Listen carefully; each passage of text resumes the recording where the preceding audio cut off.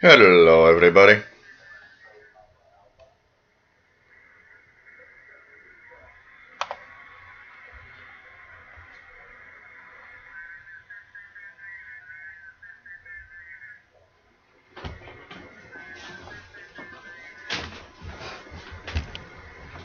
Just go like this. Okay, guys.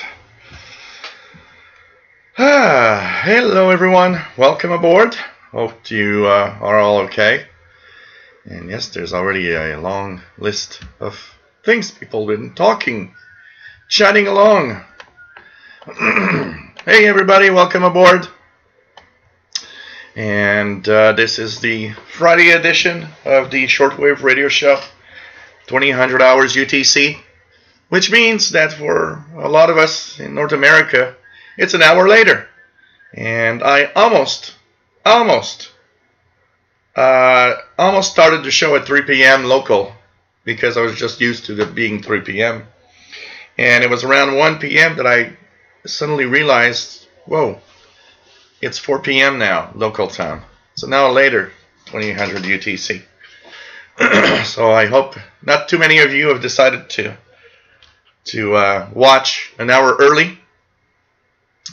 So this is the Shortwave Radio Show. We talk about radio, and we are here every Fridays at 2000 hours Universal Time. And of course, we're here to entertain, have fun, and we've got some goodies to talk about today. These two beautiful radios. Yep, the XH Data D808 and the Radio Wow R108. Beautiful and very nice little radios. And we'll be talking about those a little later.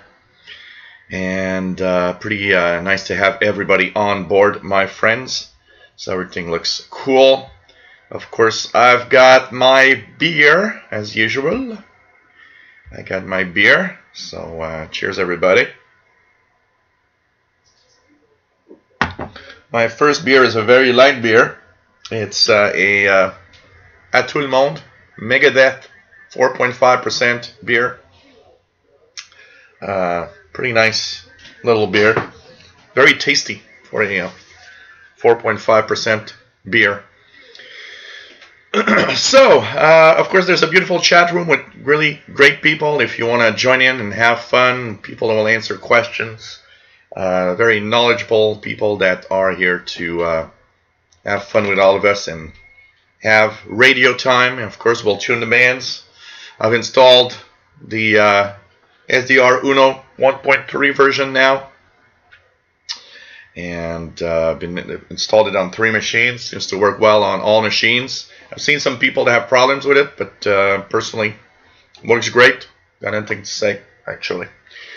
Okay, hey there, Theo. Nice to have you on board. Matambali from Colorado. Elton Byington, K3 JWA in Baltimore. Nick Amendo from Romania. Jerry Westcall, nice to have you here. Listening to a scanner in upstate New York. Not too much crime out there today. Cool. That's good news.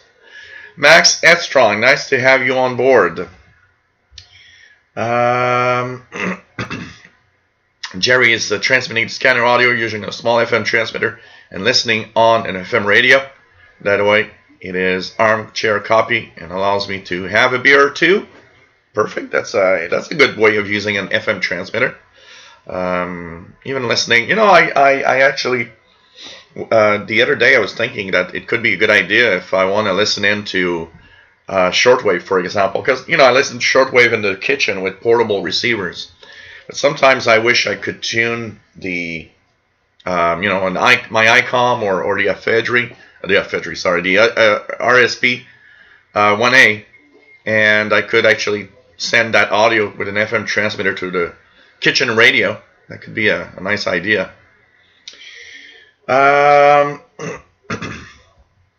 Richard Cook and the UK, nice to have you on board. Matt, MDK2.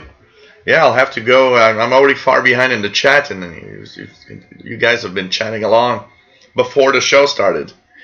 Nice to have you here, W0MDK. Also call sign WA0080SWL. Pretty cool. Bobby Burgess, nice to have you on board from Louisiana, USA, WA5107SWL.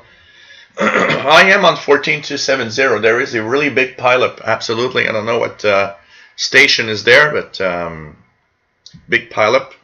Richard Cook is hearing Fire Drake and Radio Free Asia on 5890.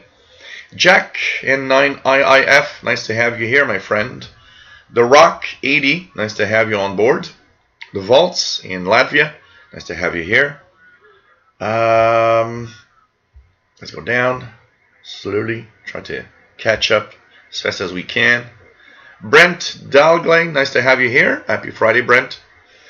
Always nice to have you here. Texan PL680, nice to have you on board. I hope the time change didn't anger you. Losing a precious late night hour while listening to Shortwave feels like a robbery to us vampires. No, not too bad, actually. I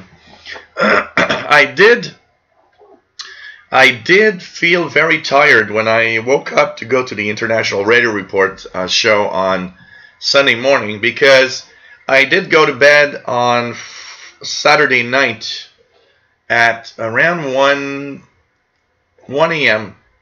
But the thing is with the time change, it shortened me out of an hour of sleep. So it was like going to bed at 2 a.m. in reality. So I didn't have that much sleep, actually. So I was a little tired, but okay for the International Radio Report. Brian Penny, nice to have you here from Cape Cod, Massachusetts. John Pickney, nice to have you here. And he's back in Virginia. He was in Brockport, New York last time. Cool. Keegan in Northwest Arkansas, nice to have you on board. XNEDXer. David Arden, nice to have you here. Brent is from Brockville, Ontario, Canada.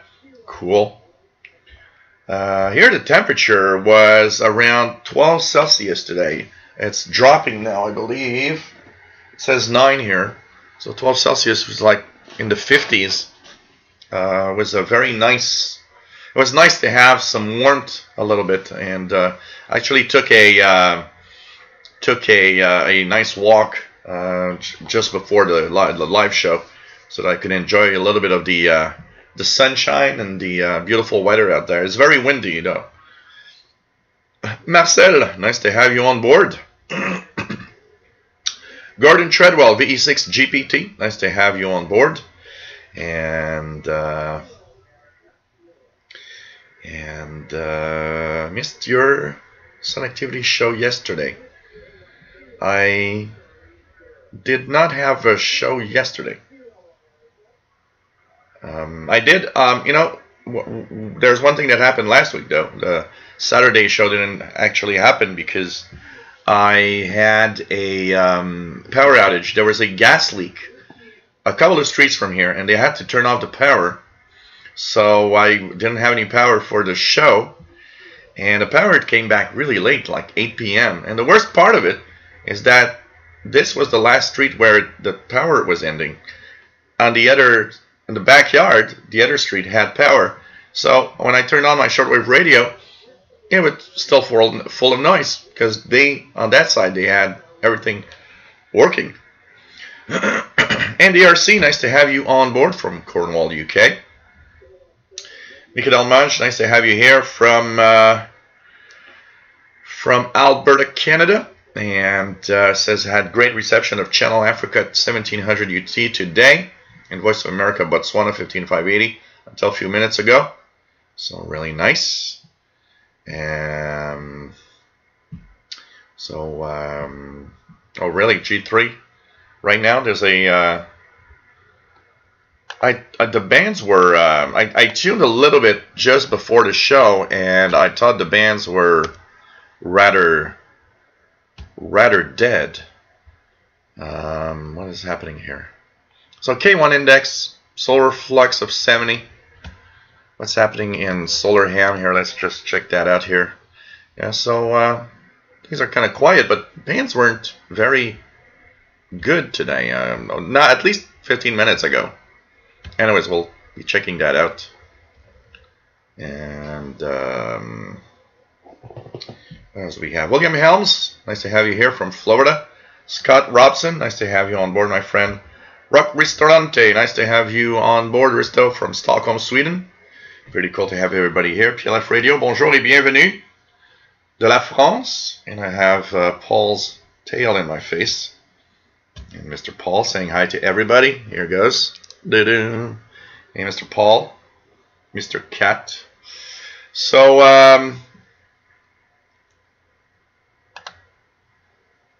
yep, I'm happy. I'm going to talk a little more about the Radio Wow and the XH data, and give you my impressions. They're really nice radios, I got to say. Matt Bali says, got enough snow to make a shoveling special and enough wind to toss small branches all over the property. Oh, man. Tony Westbrook, nice to have you on board from the UK. What else do we have? Billy Laptop, nice to have you on board. Nice to have everybody here. Jet Gyrotech, nice to have you here. Good evening. Brian Penny said, glad to hear not too much snow, too bad. Well, here, yeah, I know that in Colorado they were expecting some really amazing storm this week. But here it's spring. What else do we have? Rolf the Brick, nice to have you on board from Wakefield, UK. Pretty cool. Yes, spring is officially coming this week. On my birthday, actually, on Wednesday, March the 20th. So, pretty cool. Pretty cool. Let's just go down as fast as we can. So Marcel is at Amsterdam. Keegan is listening in with his Ethon Grundig Edition Field BT radio. Chris Freitas, nice to have you on board, my friend, from Sarasota, Florida. And, well, you know, you just missed 10, 12 minutes of the show. And, yes, absolutely, I wish you luck. Finished doing a writing test for a producer job at this TV station. I wish you good luck, and I'm sure you're going to get it. Keegan is receiving WWV on 10 megahertz 5 out of 5. Brent says, pretty surreal experience last night. I tuned into Radio New Zealand International for the first time and heard live reports from the Christchurch Mosque. Yeah, very sad what happened there, honestly. Very, very sad that that people are you know, go to that extremist point. It's really sad. William Conlon says, new elect fire hazard. Don't buy. What happened? William, what happened? Mike Hanna 261, nice to have you here. Pretty cool to have all of you here. Also speaking up, a new crate of beer by the Superstore. Okay, cool. Raymond Challoner, nice to have you on board. And North England just opened a can of Special Brew Carlsberg. Cool. Now, I don't know how Paul wants to kind of put himself on me, but here we go. Here we go. Ralph the Brick, yes, absolutely. I actually posted a video of scanning the airband on VHF, and I did a little scanner functionality on it with the 19-meter band also. Really fun to have that scanning functionality on the SDR Uno software. It's really nice. William Helms says, hoping Digitech SR 1780, sister to XH Data R D808, performs as well, and that Radio Wow sure looks like a copy of the Grundig G6. I'm surprised. Yeah, it also looks like a Texan PL380 in many ways. TV Radio 72 says hello from New Jersey. Got a bit confused by the time change, thinking you will start at 3 p.m. Eastern. Yeah, because of 2000 UTC of the time change, it's an hour later. So yeah, Chris, you didn't miss much. Rough Tough McLeod, nice to have you on board from Nova Scotia, Canada. Gerald de Hoorde, nice to have you on board from Areni, Zwol, the Netherlands. Nice to have you here, Gerald. Pretty cool. D1DJK, good evening from Germany. Nice to have you on board. And a tip, VOA Africa from Botswana is quite nice to hear in Europe on 6195. Yeah, and wintertime is actually one of the frequencies that makes it quite well to Eastern North America also. So let's just put this back up to here with Mr. Cat gone. So what else do we have?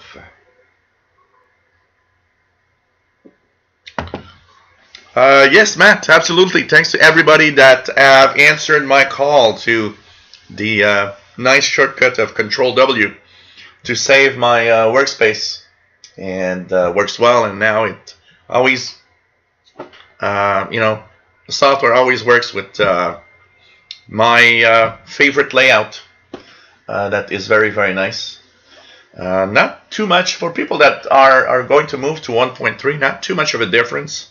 In the interface itself, it's rather, if you were used to the old interface, it's similar. A few little things change here and there, but really nice to have that scanning capability for sure. Kevin Wood, nice to have you on board, my friend. Let's go checking this.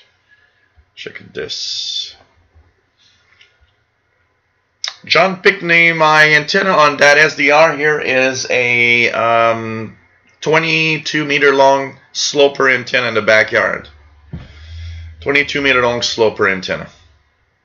Spiral Architect, nice to have you here.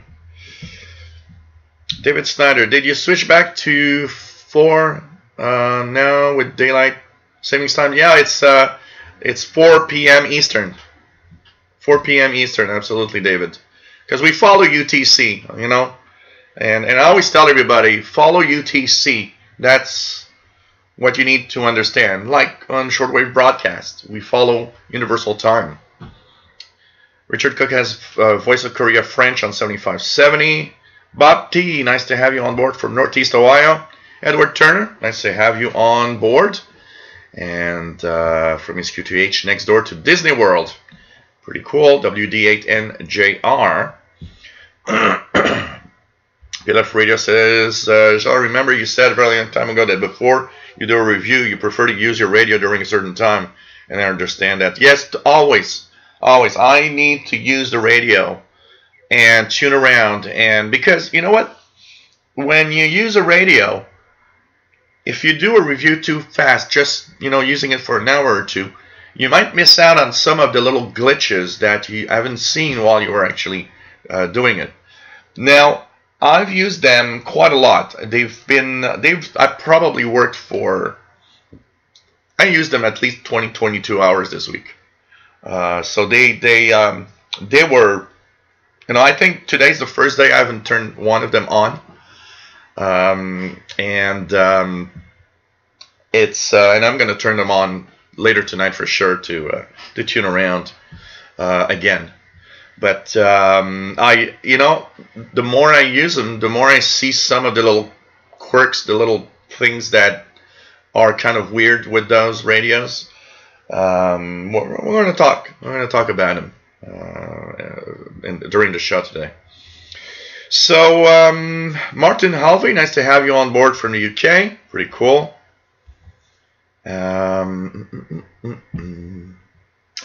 Bobby Burgess says, anybody watching this show on YouTube TV apps, you can enable live chat monitoring now. Cool.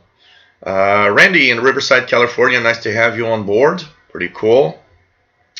And yeah, he is getting fat. William, absolutely. Paul the cat is getting really fat. Brian Penny says, enjoying all the new features of SDR Uno 1.3. Seems like they made much needed improvements to the AJC. Yeah, they changed the AJC a little bit. It kind of reacts differently. I haven't used it long enough to grasp all of the the changes that it actually provides, but and I'm tuning. I actually just installed it here. I installed it on my two Windows 10 machines. Used it yesterday evening a little bit. I just installed it like half an hour ago on this one, and I actually ran into a problem where I thought, okay, you know, that's what you get when you install software in the last minute. So I installed SDR Uno 1.3, plugged in the RSP1A, and I gave it time for the driver to install and all, and it seemed okay. And I clicked to start the software, and it gave me a can't initialize the RSP1, blah blah blah. And I was like, okay, something's weird. And I was thinking, okay, now it's gonna go bad here, and I won't be able to use it during the show. But actually, I just restarted the PC. This one's running Windows 7. I just restarted, and when I clicked SDR Uno, it worked fine. It just needed a restart, actually. So 14.270 seems to be quiet now. There was a lot of traffic, but now it seems quiet. There's a little bit of stuff happening not far from it, though. Something here. Something here.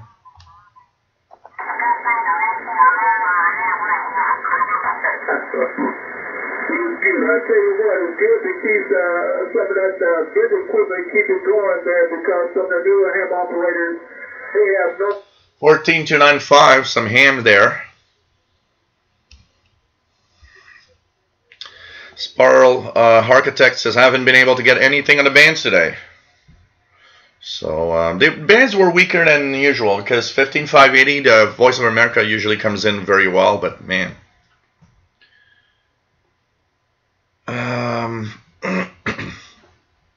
Mike Hanna's listening to the Shortwave show in his garage today, working on a 7.3 Power Stroke. Fuel leaks will stop leaking when I am done. Cool. Cool. Let's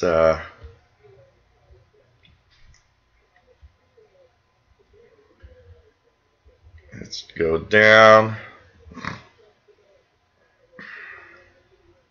William Collins says, New Elect fire hazard, smell of melting solder. Heap of crap. Cannot touch due to heat. Really? I've noticed one thing about a lot of the RTL SDRs is that they do become very hot when they're used. Even the Soft 66, the chip, if you touch the chip with your finger after 15 minutes, they'll actually burn your finger. It comes amazingly hot, but they all do that. They all come very, very hot and seem to hold on and still work well. One thing that I've noticed also, got to be careful, is that some computers USB ports sometimes give too much power. Over the years, I've noticed that some PCs had problems with the 5-volt regulation on the USB port sometimes, and would give too much power. And actually, I had one tower that I used in the past, and the ports gave too much power, and I fried a couple of USB devices. I was wondering why, you know, USB mouse would work well and stuff like that, but some USB devices would stop working after just, you know, I had a webcam, it stopped working after, or USB thumb drives. It would stop working like really, really early, you know, only last a couple of weeks or months. And I had noticed that I actually purchased a dongle that measures the voltage, and I had noticed that it actually voltage was too high. And I've seen that in a few computers over time. Most of them are okay, but sometimes it happens that USB ports give too much power also. Of course, that's create too much or more heat in devices that you plug in. PLF Radio says, for me, the RadioWow R108, in terms of feature, is like the Eton G6 without single sideband. Cool.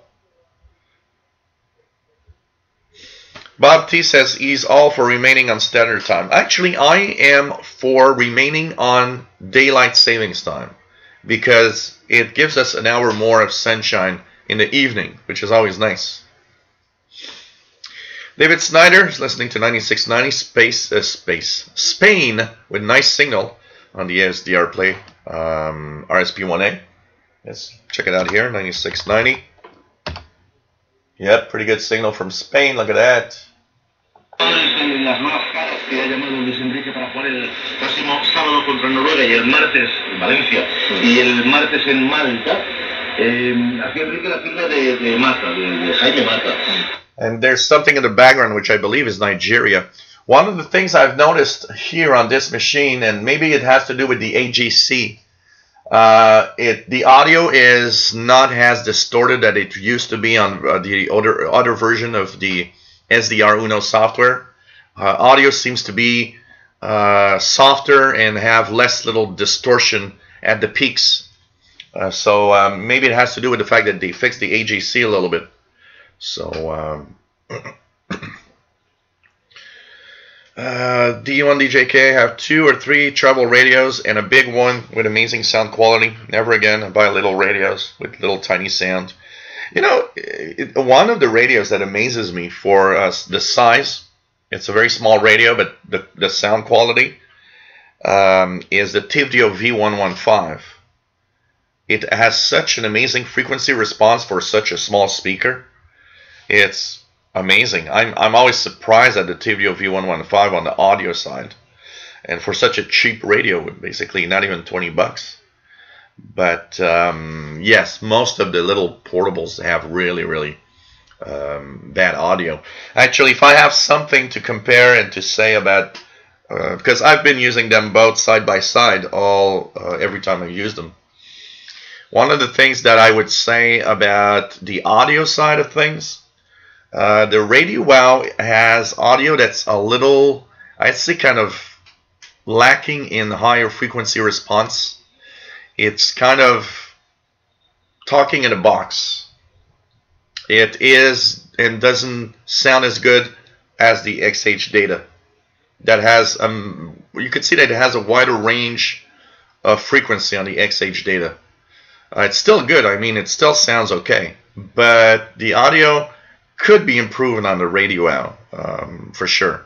On the XH Data, it's pretty good. I have nothing to say. One thing that I was a little surprised, because when I got the Radio Wow, I was expecting a radio bigger than this. I have my, is it close to me here somewhere? Nope. So I have my Texan PL 680, which is a bigger radio in reality. And here it is. We're just going to show you guys and compare the size, and you'll be able to see the size difference. So here's the, because I've been testing out a little bit with, so this is the Texan PL 680.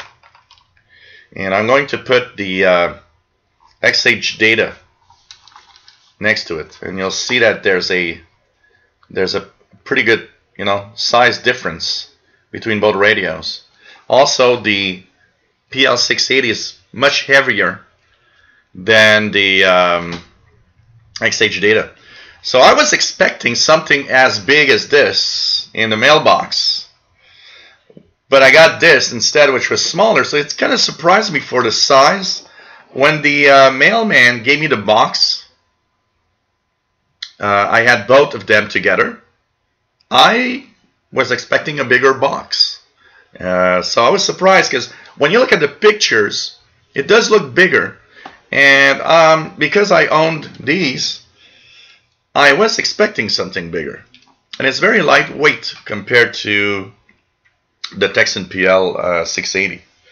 And one thing that I don't like, and I'll say it, the fact that they use these lithium-ion batteries. I kind of don't like that for a very simple reason. If you run out of power and you're not in a position for any charging, you can't run these in, you know, when you run it in AA batteries, you get, AA batteries are everywhere. It's easy to, you know, find some. So if I had a negative thing about it, it would be the battery. I would have rather have a set of AA's that would actually have this working rather than that, you know, weird battery that you got to buy at specialized battery stores. Same for the RadioWow, which is actually has a battery that looks like one of those old cell phone batteries at the time. So this is the battery for the RadioWow. So you know, I would have liked to have batteries that were you know, regular AA's or AAA's or something that are kind of easy to find everywhere. But still, you get a nice run. I ran the radios for both of them for 12 hours straight, and they were still going on after 12 hours. So the battery life is good. You'll get a day's worth of radio probably with those batteries. But I was thinking of probably purchasing a spare battery for each, so that if I, you know, go somewhere and need more power, I'll actually have spare batteries to actually use in the radios. So, you know. Terry Colgan, nice to have you on board from Texas, WD5JWC. Brandon Sexton, nice to have you on board. Not bad at all. Just a little worried. I had some my annual checkup with blood tests, and the doctor wants to see me, so I guess something in the blood test isn't right. So I'll know next Wednesday. I got my doctor's appointments next Wednesday, same day as my birthday. Let's just hope it's nothing bad. I was thinking, you know, I'm 50. I'll be 50 years old. Maybe found cholesterol or something like that. You know, as we get older, some of these things actually start, you know, going wrong. So anyways, you know, it's the first time that it happens that I get my blood test, my annual checkup, and that he calls me back saying, hey, I want to see you. So who knows. Simon Templar, nice to have you here, and happy Friday to you also. Pretty cool.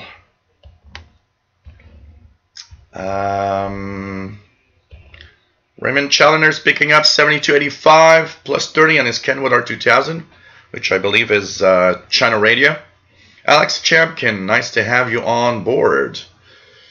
D1DJK says poor sound kills 20% reception quality. Absolutely, especially when you try to catch weak signals. Absolutely. Matambali has, what does he have? As I last, okay. Radio Nacional Amazona 11780 S7 deep fades. Let's try it out here. 11780.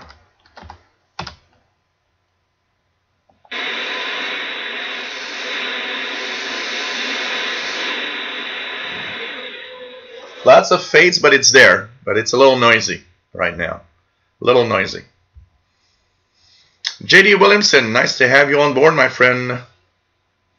Ilian Bushido, nice to have you on board, my friend. Brent says, I have a lot of trouble here with noise interference. I took a road trip last night with my Texan PL 660 and 18 feet wire away from noise. Opened a new world of DXing. Absolutely. It's just incredible. Incredible. When you move away from the noise, it's incredible what you get. And you're like, whoa, the bands are actually full of signals. It's just that they're in the noise when you're back home.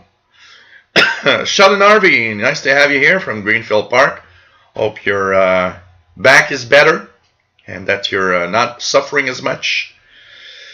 Frédéric, F4ECA, F4ECA from France, bienvenue, bonjour. John Pickney says, was Lullabat the Cuban on 670 to protest Radio Marti in 92. Castro used day power at night on many stations. At WJMS, they captured the monitor at the studio. We couldn't hear ourselves. Yeah, competition there. Callum Till, nice to have you here, Callum. Pretty cool to have you on board. Let's go down. Let's go down. Radio Havana, Cuba 11860. That's 9 plus 10 dB. Strange distortion. Matom Bali. Yeah, well, you know, radio Havana, Cuba has a lot of distortion on their signals now. Brent, what is AGC? That's a good question. We talk about AGC, we don't explain it. And so AGC, or automatic gain control, is a way for the receiver. All radios have an AGC. If there wouldn't be an automatic gain control, what would happen is that when a station would be strong or a station would be weak, you would have a huge difference in the in you know, how strong the audio is and how strong the signal can be, and you would probably have, trying to find a way to explain it better.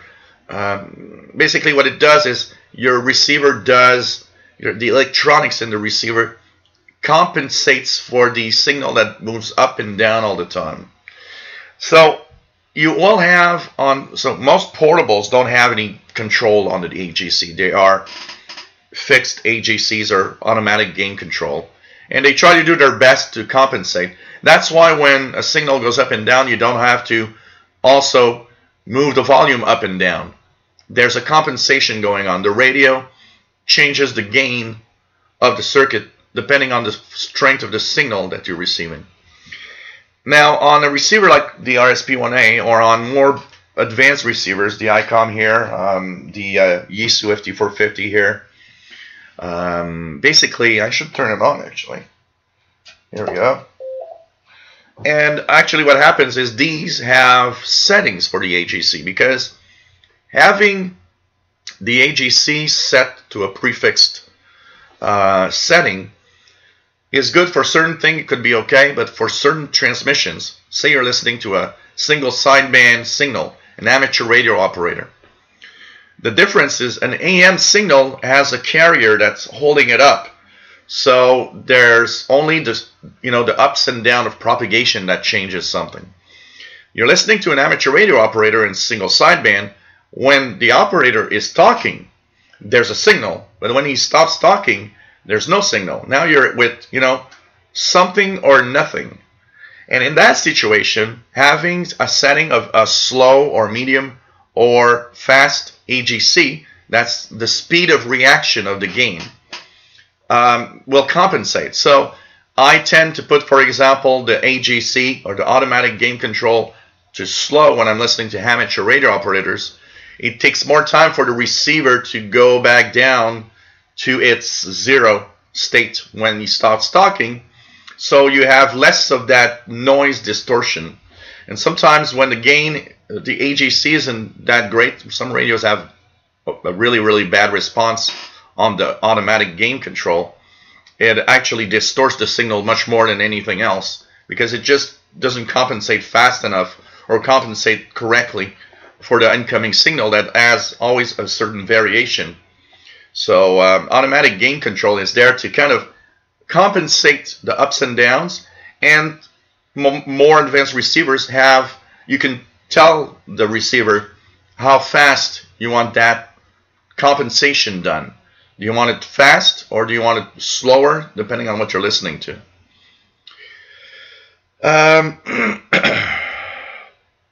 Chris Freitas is getting 9690 with a really good signal on his Texan PL660. Pretty cool.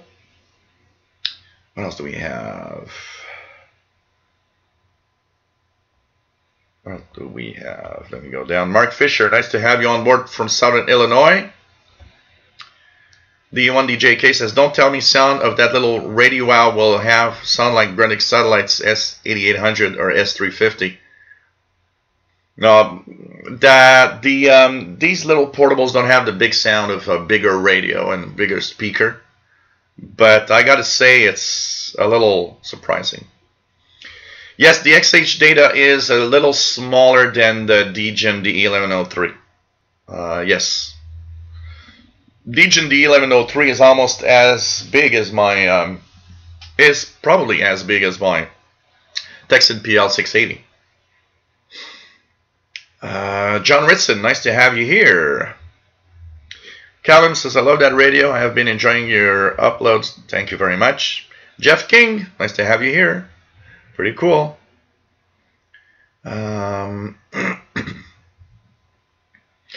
Chris, yep, Micro Machine and comparison, yep, much smaller than I expected also. I was expecting a bigger radio. I was a little surprised at the size of it. Jerry Gonzalez, nice to have you on board, my friend.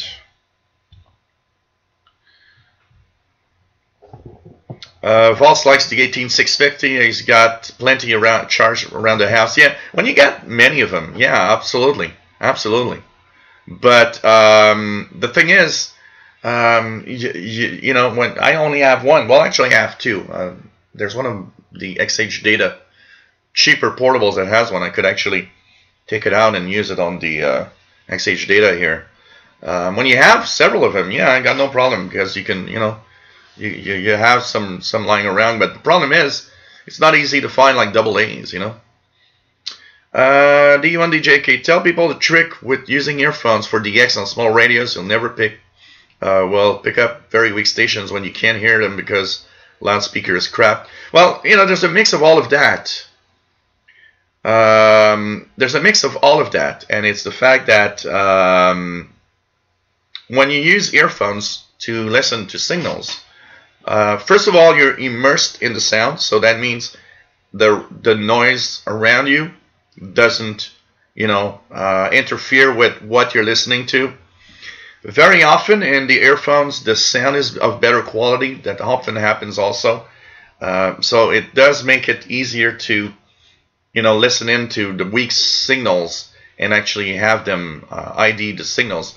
It happens very, very often that you try to get, you know, an identification of a station, but you get to a point where the identification is in the noise, and it's difficult to actually make it out.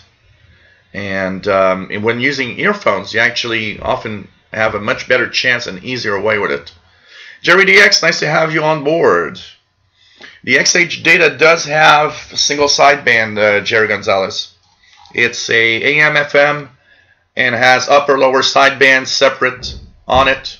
It's full general coverage portable receiver, and it does have single sideband, the XH Data D808, Jerry Gonzalez. John Ritson says, I think they're great batteries and last so much longer than AA.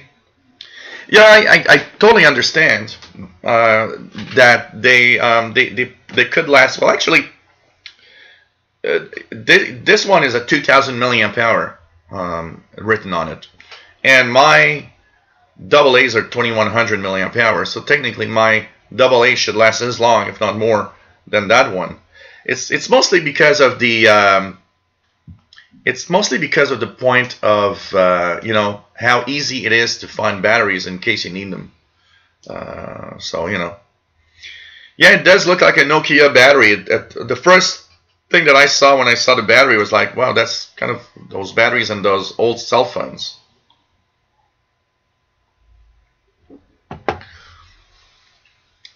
Jason Stafford, nice to have you on board.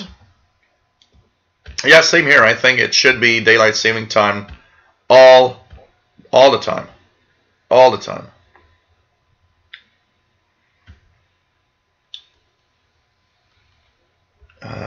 Let's go down. Let's go down. Jerry DX, how do you like the... So TV Radio 72 has a station on 95.25. There's a signal is okay at times. Jerry DX, I like the scanning capability. I need to use a little more to get the grasp of it, but I like the update. I like the fact that there's a new scanning feature. John Jensen, K9WXX, nice to have you on board from Woodstock, Illinois. Pretty cool. Oh, the radio wow. Now the radio wow does not have a single sideband, so for that it's more basic of a receiver. Absolutely, there's no sideband on the radio wow. Absolutely. Dana F, nice to have you on board. What else do we have? African Pathways 11965. Pretty cool. John Pickney. When I was in Brockport last time on here, I was there for first colonoscopy at age 63. Be praying, goes, doctor. Yeah, I don't know. It's the first time he wants to see me, so something isn't right in my blood tests, I would guess. So I'm not overly concerned about it. I do feel well, so but we'll see. We'll see. D1DJK says the S350DL overloads with nearly external antenna to improve reception with a long telescopic antenna ground receiver with much metal reception is amazing. Yeah, I know that S350 and also the S450 do overload easily when you put them on long wires. But just barefoot with their telescopic, they're actually very sensitive already. So it's pretty amazing. Well, if you want to SDR, William Conlon, get yourself the SDR Play RSP1A from SDR Play. You will love it, and with SDR Uno, it's great. Mark Fisher, his Grundig G5 bit to dust yesterday. Anybody have a portable brand model, $150 range they would suggest to buy? $150 range, get yourself an XH Data D808 or get yourself a Texan PL660. These are amazing receivers that are really good. I have to say the Grundig G5 has a little edge that you will probably miss, but they are still very good, honestly. Arthur's Crafter's Kitchen, nice to have you here. Reed Delgado, nice to have you on board. You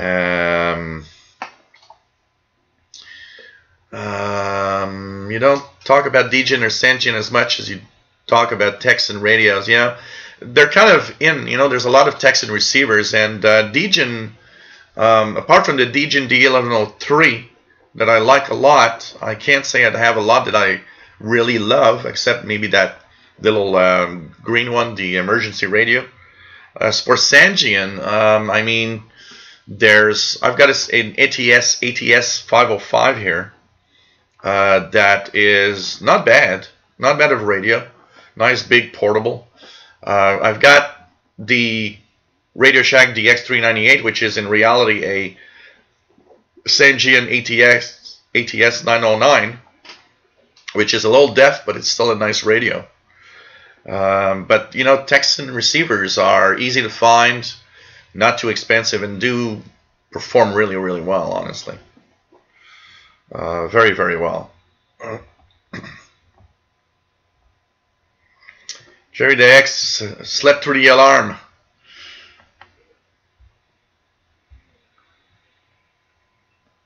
I'm back at my old setup. What do you mean by old setup? Harry Erkila, nice to have you here, my friend. KI5CWF, bonjour, nice to have you on board from Moore, Oklahoma. And he purchased the SDR Play, will arrive next week. You're going to have a lot of fun with it, I can tell you that. Cool, Brent. Hope the explanation of the automatic gain control is not too bad. Going down, let's go down as much as I can. Jerry Gonzalez has a few radios. Sangean ATS 909X, Degen D1103, running Executive Satellite, Sony SCF 2010. Cool. Nice radios. Yeah, the FT450 is a great transceiver. Absolutely. Pretty amazing. Callum loves Robert's radios. Nick Mayakovsky, nice to have you on board, my friend. Wow, Simon Templar, you heard North Korean number station. Wow, that is good. Harry has a Texan 2000 or 200. John Pickney says, agree on the replaceable batteries. Still on the AA lithiums in my Texan PL210 after 3 years of use. It's just that they're easier to find, you know. But honestly, it's still pretty, you know, pretty good.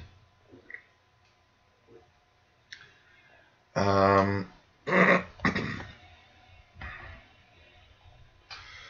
else do we have? D1, DJK, ICOM, Yaesu, Olimco are of different league to all those Texan, Grundigs, and Sonys. And at this point, we must be honest, they're not the same price level. Also, I mean, you don't get a $100 ICOM, you know. They are much more expensive. Yeah, there is a voltage difference, but I don't think that would be a difference, that much of a difference. I mean, but you know, it uses 3.7 volts on lithium. You know, put 3 AA's at 4.5 volts. I mean, you know.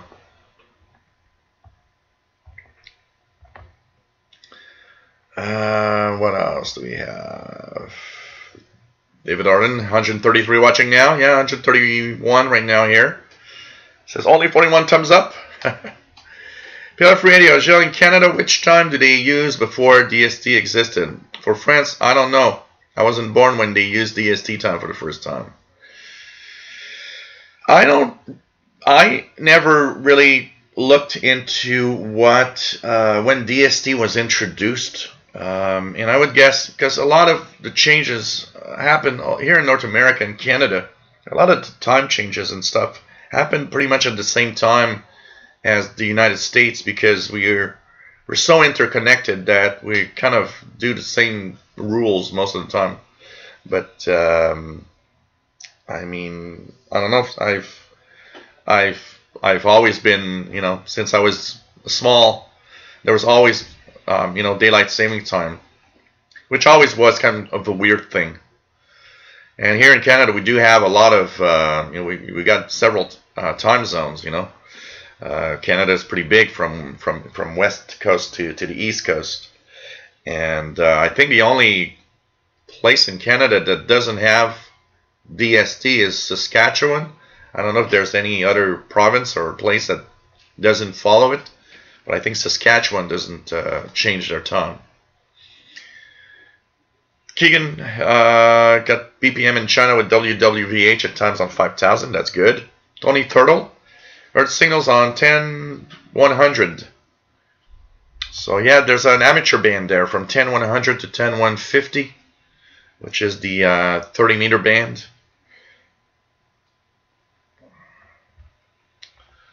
What else do we have? What else do we have? William Collin, what I think of the Sangean A2S 909X is, you know, I've read a lot of reviews and had a lot of people talk about it, and it seems to have a little bit of a deafness that the original ATS 909 has, meaning that if you compare it to another receiver, you'll see that it's not as sensitive.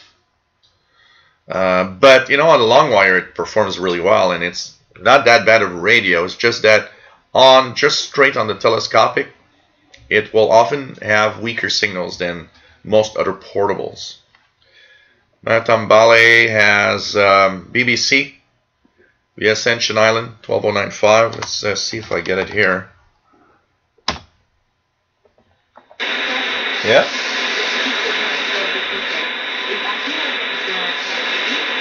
Just missing just a little bit so that it could be a you know, nice and understandable.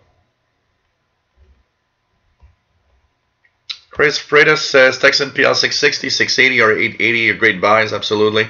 If you can find a used Grundig G5 or ETOM U5, those are fantastic too. And Sony ICF 7600 is a winner if you can find it at a reasonable price. Yeah, they're not making them anymore. Donna F, did you ever work at Texan 2000? No, never. I've seen them, but I've never had the pleasure to actually tune one and see how it performs. So Actually, I might have some. I don't know yet, but I might have some goodies in a 2 weeks time. I'm going to the Laval M Fest with Fastload on Saturday, March 30th. So who knows what I could find for cheap? Could be interesting.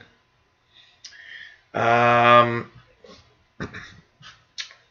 one DJK says 12095 not heard at the moment. Richard Cook has channel 292 on 6070. Lenovo Tab 4 tablet, nice to have you here. Joe Topinka, nice to have you on board. Joe, W89LAE from Oak Park, Illinois. Pretty cool. Sheldon, yes, absolutely, a shameless plug. You can plug it all you want. You can get a free sample of the March edition of the CIDX Messenger. Just send your email to cidxclub@yahoo.com. And basically, it's a great little, magazine, a little publication every month that you get, and it doesn't cost much. And if you haven't asked for a sample copy, check it out. You can check out really nice columns in there. I've got one, which is the World of Utilities. Sheldon has several things that he writes in there. Also, Mickey Delmage, it has a very interesting QSL section, and it's very nice, and it's cheap, $10 for a year, and $25 for 3 years. And I think most people that have got a sample, and most people that have subscribed actually love it. So don't hesitate, and don't hesitate also for listening to the International Radio Report. That is now at 14:30 UTC via ckut.ca. So I'm part of that show with Sheldon and David on CKUT 90.3 FM here in Montreal. You can stream it on ckut.ca, and you can listen to the archive. There's also a Facebook page for the International Radio Report, so check that out. Great little radio show, actually. Arthur's Elder Crafter Kitchen. It's probably the camera angle, because my camera is not always I take the camera off and put it on the side. So when I actually come back and do the show, every time my camera is placed in a specific angle. Sometimes it's a little more to my right, which changes the angle here. Sometimes it's a little more to my left. It depends on on how I feel I want to position myself. And I try to position it so you can still see the clock here, and that you can see the screen here. So it's not always exactly the same. Sometimes it's different. Sometimes it's positioned a little differently. But there is a little bit of change. I mean, there was a here I had the patrolman. I had another patrolman here, which is not there right now. Maybe I can put the text and receiver on it somehow. I don't know if it can hold on the antenna. Try not to break anything. It doesn't hold, but we'll keep it like this. Here there's still my Pro 2006 scanner that's here. But yeah, it's mostly camera angle most of the time. But I want to change stuff here, because I am cleaning out the other side there with tons of radios, and I'm trying to reposition a little bit and try to have it here as clean as possible with stuff. Rock 80 says, hello, I was destroying my shortwave sensitivity because I put my radio near the static electricity from old TV screen. So we need, yeah, you got to be careful. Portable receivers, if the static electricity is one of the big problems, and sometimes in one day your radio's deaf, especially if you have carpeting in your home, and in the winter time, you use a lot of heating, and it becomes very dry inside your house. And if you have carpeting, it's even worse. or even, you know, just wearing something like this, a sweater like this one. When you take it off or put it on, you actually create static. And if you touch the antenna of a portable, you can actually zap the circuit, the amplifier of the radio. And I've seen several people actually have the radio go deaf because of that. It's like the original, I believe the first wave of Sony ICF 2001D or 2010 had a defect, and a lot of them became deaf after a certain time because of the transistor that amplifies the signal would actually you know, degrade, maybe due to static or other. It was very, very sensitive actually, and I believe they made a modification to it with subsequent revisions of the radio to fix that. John Pickney, Glenn Hauser, yes, Glenn Hauser is still around. It's one of those, you know, I was telling Sheldon the other day about, you know, you have these people that you hear all the time, or these actors you see on TV. And when you're young, you're like, wow, that actor is old. And then you look at TV now, that I'm 50 years old, and it's like, wow, they're still on TV. They must be really old now. So, yeah, you know, Glenn Hauser is like, it's one of those names that's been around for such a long time. I can tell you that. It's pretty crazy. Okay. Let's go down here. Try to go as fast as we can. Morrison AV, nice to have you on board. VE3KRP, nice to have you here. Fast Eddie in Thunder Bay, Ontario. Gary Seward, nice to have you on board. Gary from the UK. RadioNet R, nice to have you on board from Ohio. David Provo, nice to have you here from New York City. Really nice to have all of you here. Brett Wayne, nice to have you on board. Says daylight savings time started in World War I. I remember hearing something about that. It was in the World War. Kind of rings a bell somewhere. Ralph the Brick says new to SDR receivers, and he's got the excellent RSP Duo. They're amazing. Mark Cope, African Pathways S9 on 11965. Check it out here. Oh, it's over. It's over. It just ended 3 minutes ago. What else do we have? Mika Mayakovsky says first suggested by Ben Franklin in 1784 for DSD. Interesting. KI5CWF. George Hudson invented modern DSD, proposing it first in 1895. Cool. Wakas Ahmed. I've never used a Sony ICF 2010. I had a friend of mine that had one for a while that I always found it so amazingly cool. Mick Jam, of course you can ask a question. As long as it's radio related, please do so.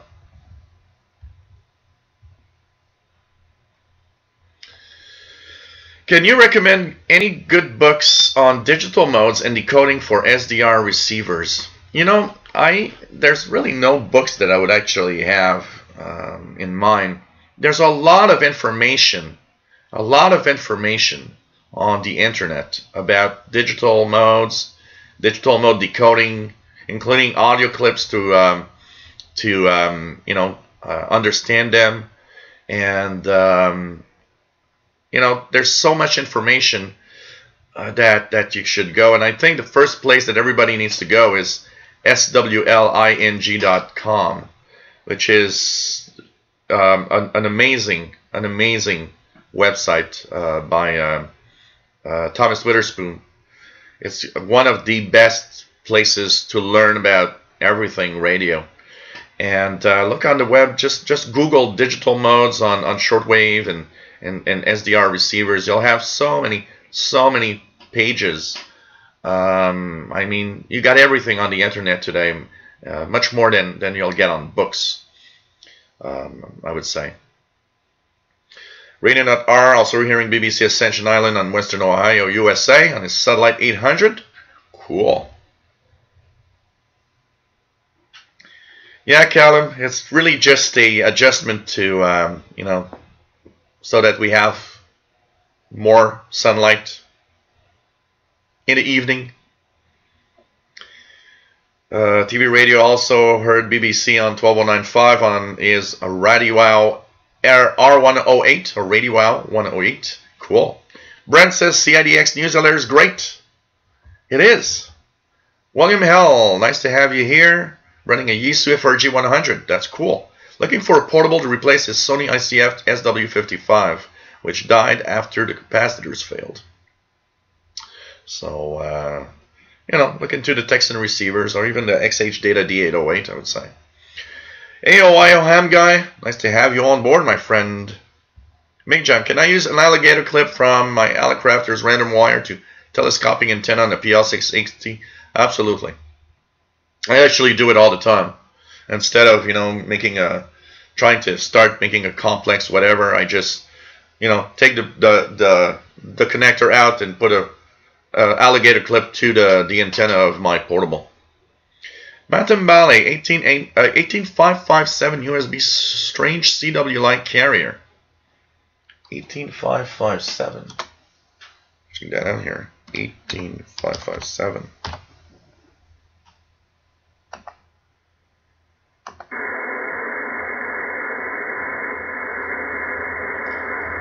I don't have anything here around that frequency range. I don't know if anybody else has something on that frequency. 18557.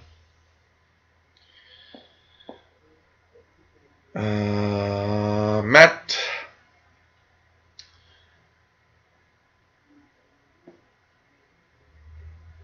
What else do we have? Terry Colgan, nice to have you here.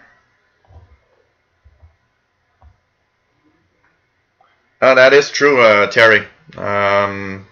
Many viewers absolutely don't know that there aren't that many national shortwave clubs anymore. Absolutely, and CIDX is well worth it. Absolutely, and you know it's pretty much Canada's only radio club now. And it's not, you know, you get it. Sometimes people will, you know, maybe assume that, well, it's the Canadian International DX Club, so that, you know, messenger bulletin must be more for, you know, Canadians. And no, there's so much in there that it's actually for everybody, and it doesn't matter where you live. You'll have information that is cool and that you can use in there for sure. What else do we have? So take care, Matt. K6YYL, nice to have you on board. Kimberly from California, pretty nice.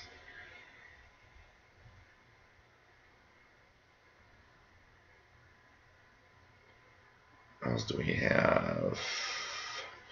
Tony Westbrook, nice to have you here. Nice to have you here. Got an excellent reception on the 41 meter band in the UK. Good. This is cool. Rogers Alicrafter says Sony ICF 2010 was very susceptible. The field effect transistor in the front end. Little ones don't have the issue. Glenn Hauser would outlive WWV.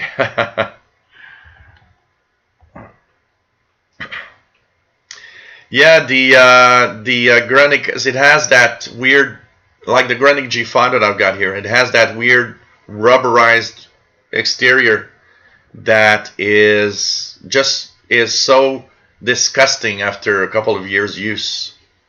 So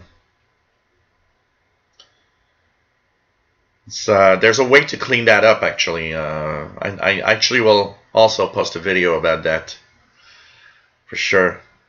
John Pickney accidentally killed his ICR-71 with a static zap and its antenna input.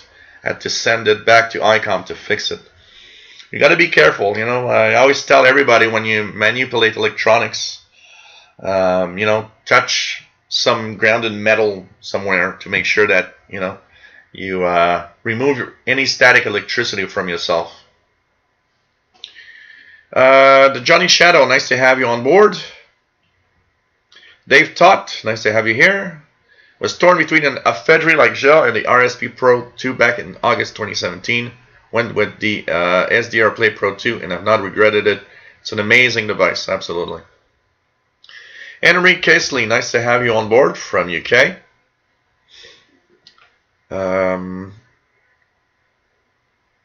What else? Andy Coley, nice to have you here. So there's a book called SDR Radio. Yeah, there's so much information. So much information on the internet today. I mean, you get everything there. Pretty amazing. Take care, Jerry Gonzalez. It was nice to have you here.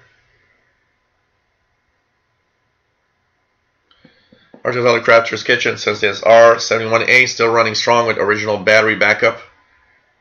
They will never be old.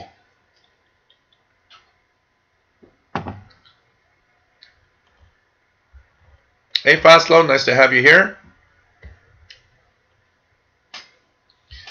What else do we have?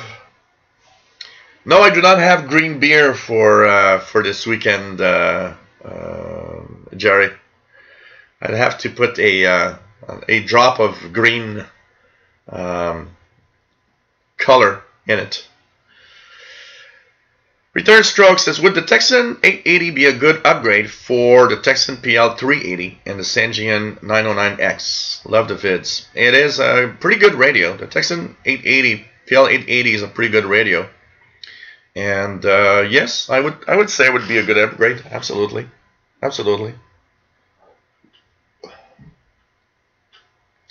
Be careful with that battery thing, though. Huh? The R71A is that radio that when the battery dies, it erases. You know, kind of an idiot way of thinking of keeping some software or some firmware. And when the battery dies, it actually deprograms it, and the radio doesn't work anymore. You gotta get it reprogrammed. So be careful with that. D1 DJK says 6195 strong African music from Voice America.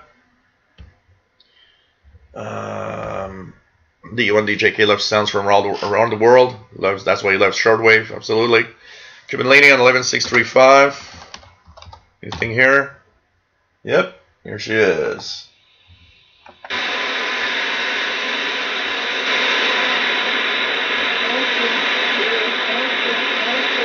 Not super strong, but Cuban Lady on 11635, absolutely.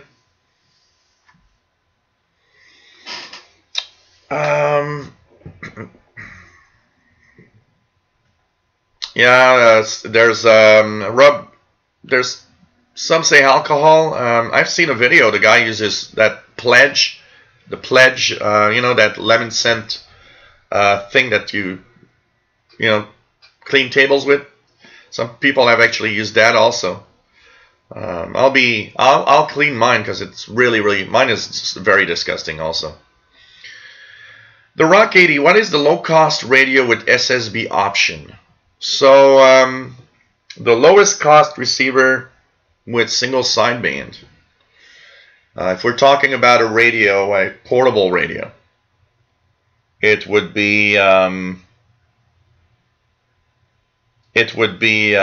something like the Texan PL660, or these receivers are pretty much at the lowest cost of any radio with single sideband in them. Pretty much. Paul Urban says, trying to figure out what brand clock you have. Cannot find 24 hours ESC clock like yours for sale anywhere. Niagara Falls, New York. Hey, Paul. Well, this one is a long time ago. This is a Nextech clock that I got at Radio Shack a long time ago. And the reason I bought it was because of its size that I found really nice. I wanted to have a big clock so I can have UTC, and that's where. But if you go on the internet and look at, just go on Amazon, you're gonna get a lot of you'll see some of these clocks on eBay. Also, there's a lot of them too. So Jerry usually has a beer in hand with playing with electronics. ADSX, daylight shifting time. You can't save daylight. The Germans started using it in World War I. Americans adopted it. It takes an act of Congress to totally get rid of it. You know, I would love to have a. I would love to have daylight savings time all the time. Just keep it like that, like we are now. It would be perfect. Keegan has Cuba S5 out of 5, so kind of shows that maybe they're you know, probably broadcasting or towards the west coast of North America more than the east for this Cuban transmission. D1 DJK says when you saw some reviews of the Texan PL 505 and 606, they both seem very good sensitive devices. The 606 I've heard a lot about and seems to be really good, absolutely. Actors Ali Crafter's Kitchen says you can now buy R71A batteries with the reprogrammed chip for $60. David in Barcelona, nice to have you on board. EA3IEK, nice to be here. Absolutely, nice to have you on board. KI5CWF in urban areas all over the world, the radio spectrum is polluted and makes HF reception impossible. Absolutely.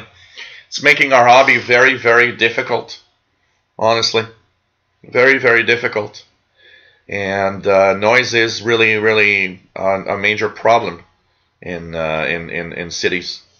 And you gotta be creative and, you know, find ways or go to places, you know, a little far away from houses and all, to tune the bands, because it's just crazy.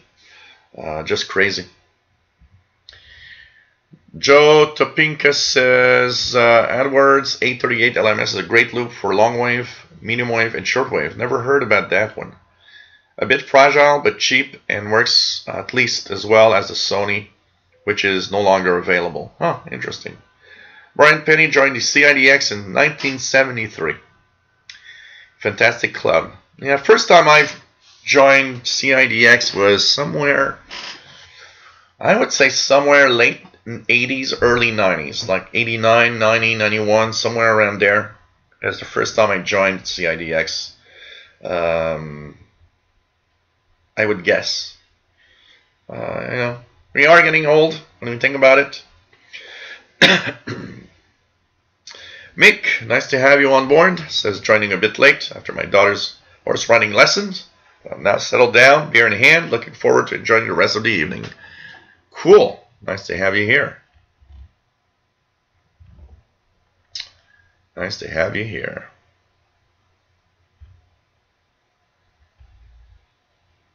What else do we have? Just going down. Mark P, nice to have you on board. First time joining you. I'm here in the south of France. Sailor. Medium in HF on board. Send a clear transmit to the UK, but I did not get a clear receive even from Monaco a few miles away. You probably have a lot of noise. That's a problem. Your biggest problem is probably the noise level that you have, and you have to check where that noise, or try to find where that noise comes from.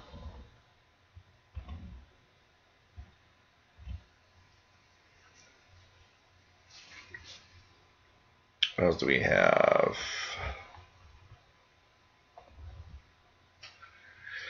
TV Radio 72. If daylight savings time was on all year, the sun would rise around 8:15 a.m. Eastern on my area. December sounds rather late to me. Yes, well, it would be the same here. I mean, if we were on DST all the time here in Montreal, the sun would rise December 21st. The sun would rise at 8:30 a.m. And but of course, I don't have to get up to go to work like most normal people, which for me is not a problem. But you know, I think about the other way of it. It's like, yeah, it would rise a little late, but at the same time, here in December we would have the sunset at 5 p.m. instead of 4. So, you know, kind of have a little more daylight in the evening, or in the late afternoon at least. But it is true that it would, you know, rise later. Here it's rising at 7:30 a.m. in December. The one DJK says going to buy a second S350DL for his shack. If my current gets out of order, still have a new in the box as long as they are to get time runs out. Yeah, they're getting more difficult probably to find. Paul Urban says, I have looked on Amazon and eBay, but all are atomic clocks and cannot be set for GST time. Okay, yeah, I get the drift here. If you have the atomic clock, they all will, yeah, okay. They all want to set time, and since you're actually here, it's not a problem here. Even if it was an atomic clock, there wouldn't be any problems because it. I almost never received that signal. I almost no clock. I got two devices here that can set the time with the atomic clock, and it you know, never works. So here it's not. Even if it would be, it isn't a problem. But I get the drift. They all want to set their clocks. So if you send them to GMT or UTC, they actually revert back to your time zone's time. Yeah, I get it. Yeah, that is sad. Huh. So you would need a good clock like this one, but without the atomic setting. Ray Erdink, nice to have you on board, my friend. What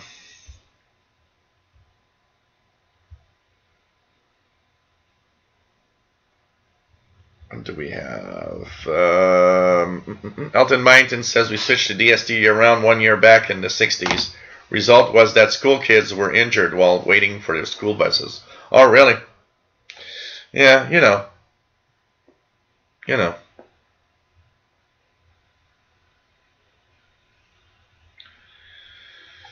The RSP1A is in a plastic case. They do sell a metal case that you can actually purchase to put over it. Some people say that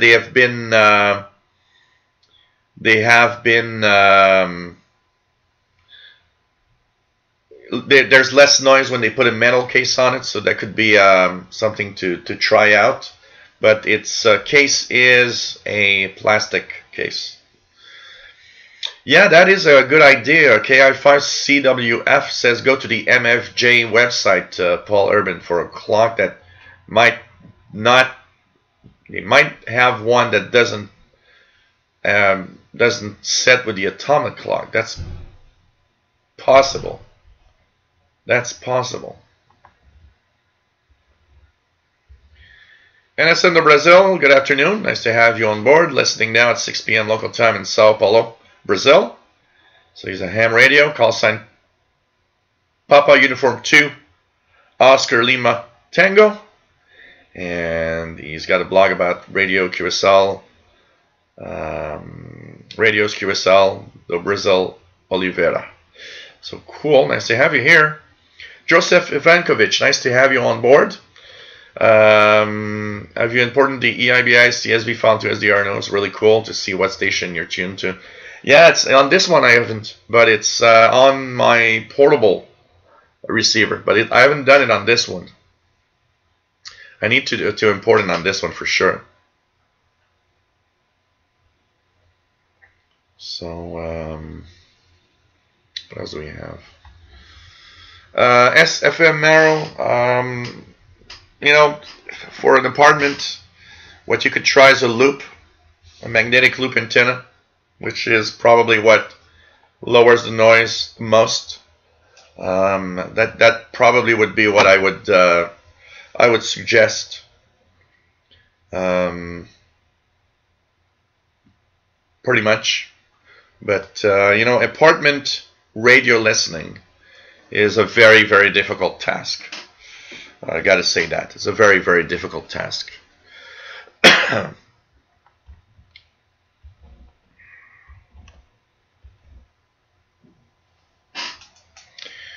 else do we have? Dave Tots is going to get an air variable capacitor and some flexible copper tubing and build a magnetic loop to hopefully combat some of the cure him. Yeah, I would guess.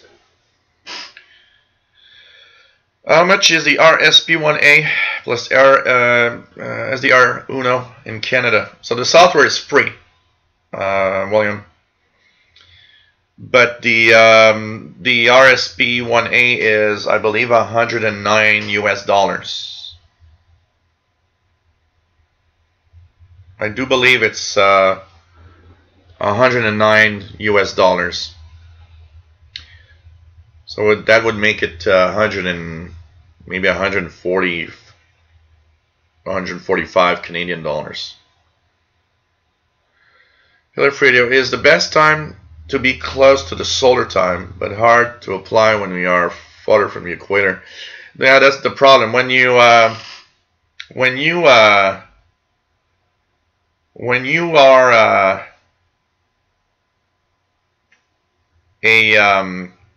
farther from the equator, that's the problem. And the equator, things don't change. You know, you're pretty much always, days are so uniform in 12 hours. It's really when you get closer to the poles, the closer you get to the poles, the more it's getting strange for time, actually, because of the angle of the sun and all the changes it brings. So you know. What else do we have?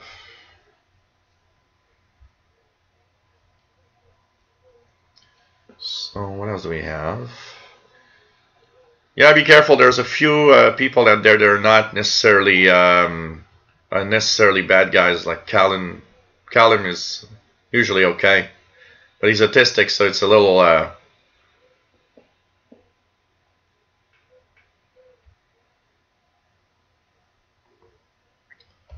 Sometimes they might look like spammy, but it's not really. Yeah, it's not as easy. Translate by Google. It's not always the best. Brent, where's the cheapest place to buy SDR Play RSP1 in Canada? Well, actually, I don't know if there's. I would guess I'll have to buy it from you know, either the website, directly from the website from SDR Play. The one I have comes from Ham Radio Outlet. It's actually Simon Templar in the chat that purchased it for me as a gift. So I don't really know if I would want to buy one. I think I'll have to, you know.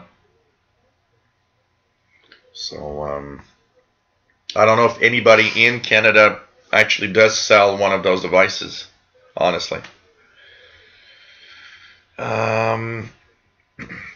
Mark P, can you explain the noise problem? I'm still trying to educate myself. So the thing with noise is that, you know, in a modern, in a city and with the society we have today and all the electronics around us, there's a problem that's really, really the major problem now compared to 20 or 30 or 40 years ago.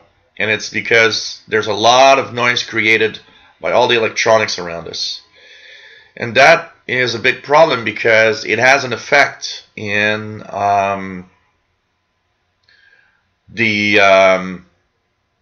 you know, in our listening, because now it makes the noise level higher. So it actually, it's like if we have an equivalent when we talk about light pollution for astronomy. Well, noise is radio pollution for the radio guy. So that has been steadily rising because of all the electronics and all the stuff around us. And of course, when you live in a big city, it's the worst place in the world. So the only thing you can do is either move away from the noise sources by moving away from you know, urban areas. So for example, here, if I go to the park, there's a park 5 minutes from here. If I go into that park, it's already so quiet compared to here. It's crazy. And I'm barely, you know, maybe I don't know, 75 to 100 feet from a home, you know. But there are things you can do, you know, like having the antennas, try different positioning of the antennas, trying different types of antennas. There are antennas like magnetic loops, for example, that are known to be better and quite good actually at lowering certain types of man-made noise, if you want. So that's why some people are trying magnetic loops. They tend to be less sensitive to certain types of noise, especially in environments like, you know, in a big city, for example. JDX says hardly uses portable radios anymore. It's all SDR now. Yeah, well, at home, I gotta say, with the RSP1A, I'm 90% SDR, but you know, I do like to use my portable radios, and I need to, you know, reuse my ICOM and use, you know, the FT450 for sure. So yeah, Callum is autistic, so let's give him some relax. Some relax. Sparrow Architect says the 1A has a metallic paint shield inside. Oh, it has a metallic paint inside, Sparrow? Because it's a plastic box. It's possible that it does. I haven't actually opened it or anything, so I don't know if it has a metallic paint. So it's, if that is the case, then there is some. But I know they're selling metal boxes for it. 236623 bought an RSP1A, but I'm not getting a single signal on HF with my handheld antenna. No clue why. What type of handheld antenna? Because if you're too close to everything that creates noise, maybe it's just because you're having too much noise. And since these run on computers, well, you might have too much noise with computers. So John Pickney says found large display that digital clocks that are not atomic on eBay. So they're, you know, eBay I guess would have some probably.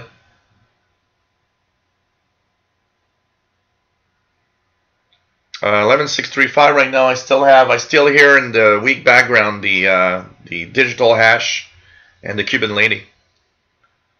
Yeah, Mick should not be banned also. It's just there are a couple of people that are all right. You got to be careful sometimes. It's not always easy, you know. Sometimes I give it to you guys because sometimes we see posts and we're wondering what to do, and you know, you get a hang of it when you see these people all the time. When you see certain people in the chat, after some time you understand who is who, and sometimes the humor and sometimes the, you know. So it's not always easy, but you know, at least you guys are doing a job, and you know, it's okay that sometimes we need to just talk. Today's figures, nice to have you on board. Pretty cool.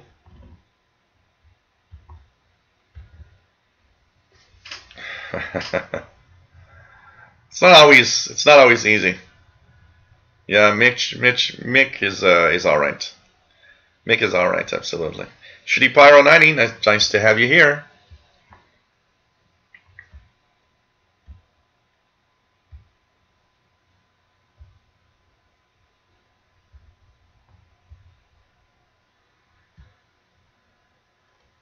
It's in time for the party, yeah. Matam Bali says, thinking we all need an extra hour of sleep.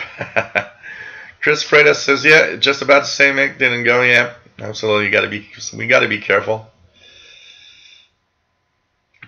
There's definitely some idiots that show up, but we gotta be careful sometimes of you know, what we perceive, and you know, there's also the thing with the moderator stuff, because even you know, I leave that to you guys. I rarely interfere with what's happening in the chat room, but even I sometimes will see a post from somebody that's in the chat regularly and wonder, you know. But for somebody that might not be used to a certain person or a certain way a person is talking about something, it's easy to jump on the let's ban, you know, that guy is probably not worth it, or you know, a spammer or something. It's not always easy. It's you really gotta sometimes, you know, learn a little more. As David says, let's not over moderate. D1DJK says, not a big fan of big external antennas. A radio has to play with internal antennas for 100%, and when you have a long telescopic antenna, longer than 1 meter. Yeah, I like outdoor.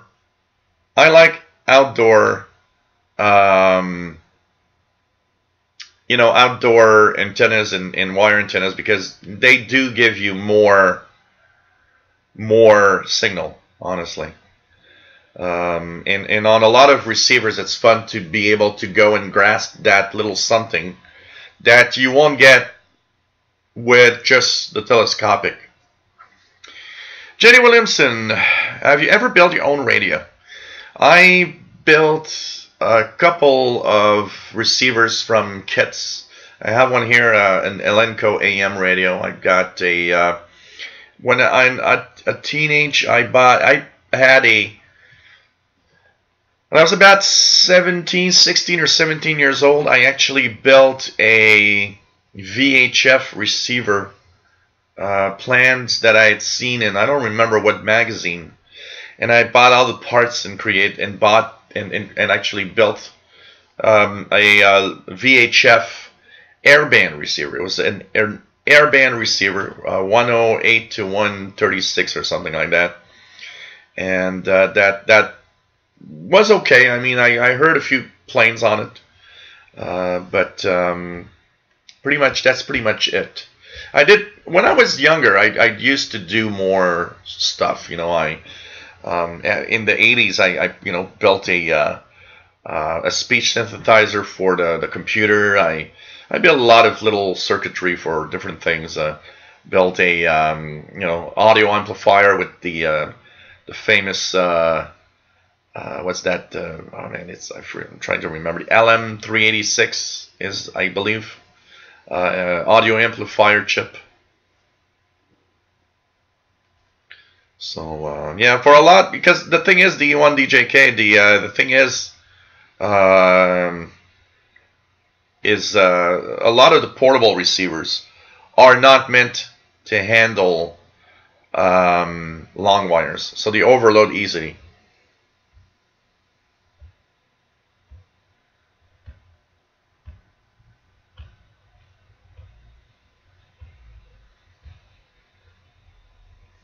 It happens. It happens. Absolutely. We just gotta say we're sorry that you know, when we do something like that, for like, it's okay. We're all good people, except for a few that sometimes pop up. You know, we gotta take more of you know, a look to names, or you know, some people that we never see before, you know, never seen. They're the dangerous ones, the ones that pop up and you don't know who they are, actually. Take Care TV Radio 72. Joe Tampinka says Anonco has the AdWords loop on eBay. He's got 2 and he's very pleased with the results. So that's kind of interesting. And you know, you guys are great. I mean, apart from, you know, these little something here and there. Hey Keegan, take care, my friend, and nice to have you here.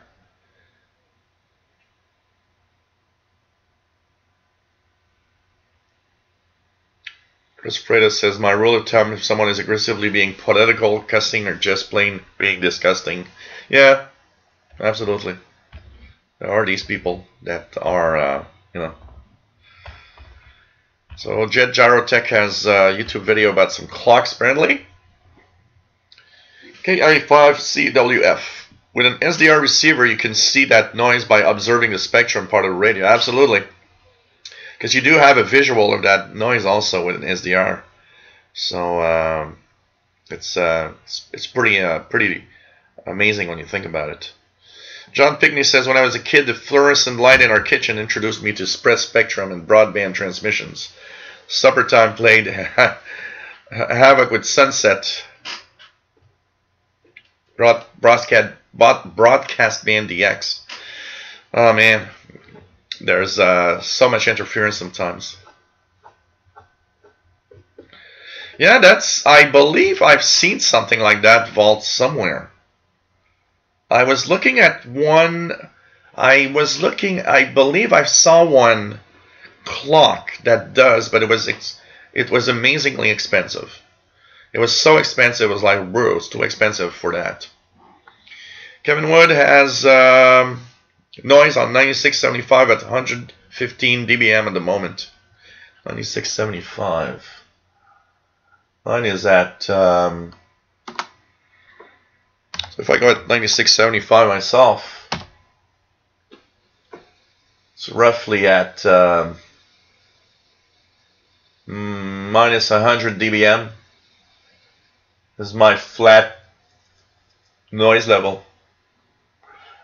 And then you get the signals that peak out of that noise, which is crazy noise.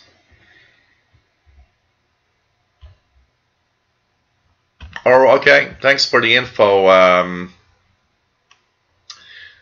Whoops. Just going to go back here.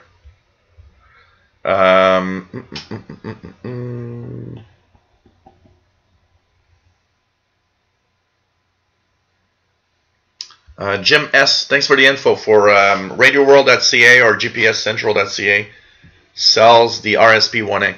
So thanks for the info. I didn't know that Radio World did actually sell the RSP1A. The only JK, be careful with long wire antennas for cheaper radios. External antennas only for radios which are able to do. Yeah, sometimes it can be worse to have an external antenna, for sure. So yeah, ADSX, the EIBI space database. I've done it on my laptop. It's not on this one, but on my laptop I did. Well, Data F, the RSP devices are pretty much plug and play. No, weird settings. You just plug it. If you download SDR Uno from the SDR Play website, you install the software, plug it in, and it's pretty much a plug and play deal. Take care, Chris Freitas. It was nice to have you here, as usual. John Pickney. Right now, it's running on a HP desktop, but most of the time, it's running on a Toshiba laptop that I have. And both are great. N5XTC, nice to have you here, Scott. If I could buy one, Texan 880 or G5, Grenic G5. Grenic G5, the best portable I've ever used. And I love mine. It beats everything. It's great at all the bands. FM DXing is amazing. It's actually one of the radios of choice for FM DXers. And shortwave is just great. If I had a choice between a Texan 880 or a G5, I would go G5 all the way. So Mark, thank you very much, man. I'm going to keep reading, learning, and playing with the unit. Absolutely, that's how we learn. JDX is listening to Ham on 5346.5 upper sideband.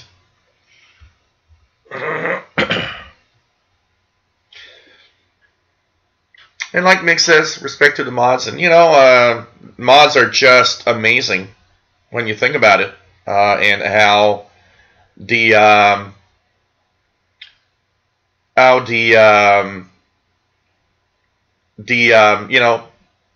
moderators are doing an amazing job. I see things go through that are already blocked or people that have already been banned. And I don't even see what they wrote. I mean, you guys are actually doing a great job for sure. Hey, David Walker, thank you so much for letting me know. I was wondering, I was expecting that maybe late afternoon we would have something. Thanks for letting me know about the new build, David. Much appreciated. Gotta love it when you have these dedicated fans that tell you about what's happening. Thanks so much.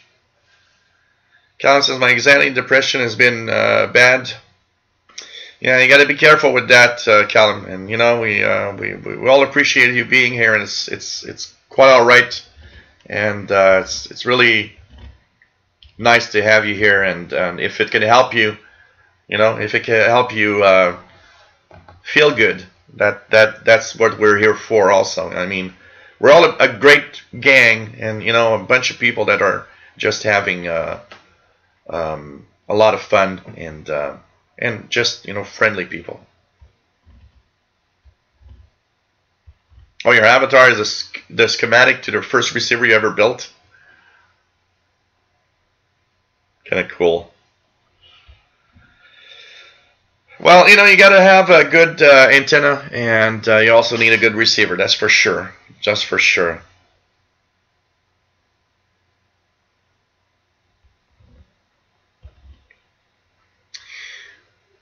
Tony Perron, nice to have you here. PA1WX, nice to have you on board from the Netherlands.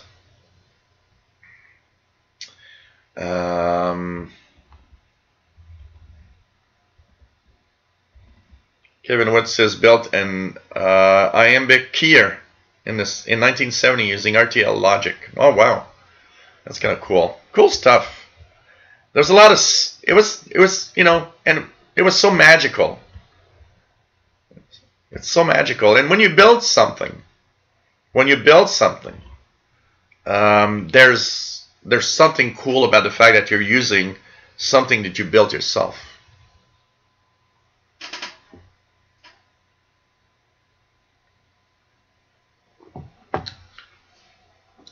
Oh man. Anybody has buffering? Got nothing here. Everything looks good on the output, so it shouldn't be. Technically, shouldn't be. But you know, sometimes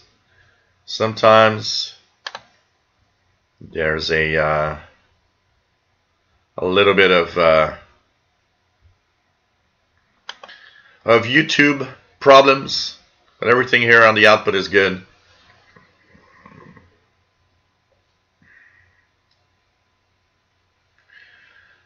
What else do we have?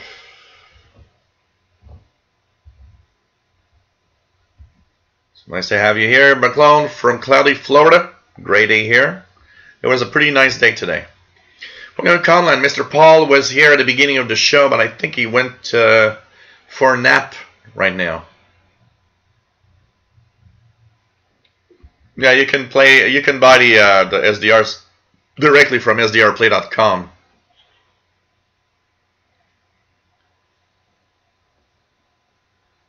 Terry Corgan says, amazing to look at SDR waterfall spectra on low-cost devices. Not many years ago, the technology would have cost thousands of dollars. Absolutely. The first devices that were software-defined receivers that were sold were extremely expensive. I mean, it was crazy. And now you look at how cheap it's become for something like this. And it's just impressive. Just impressive.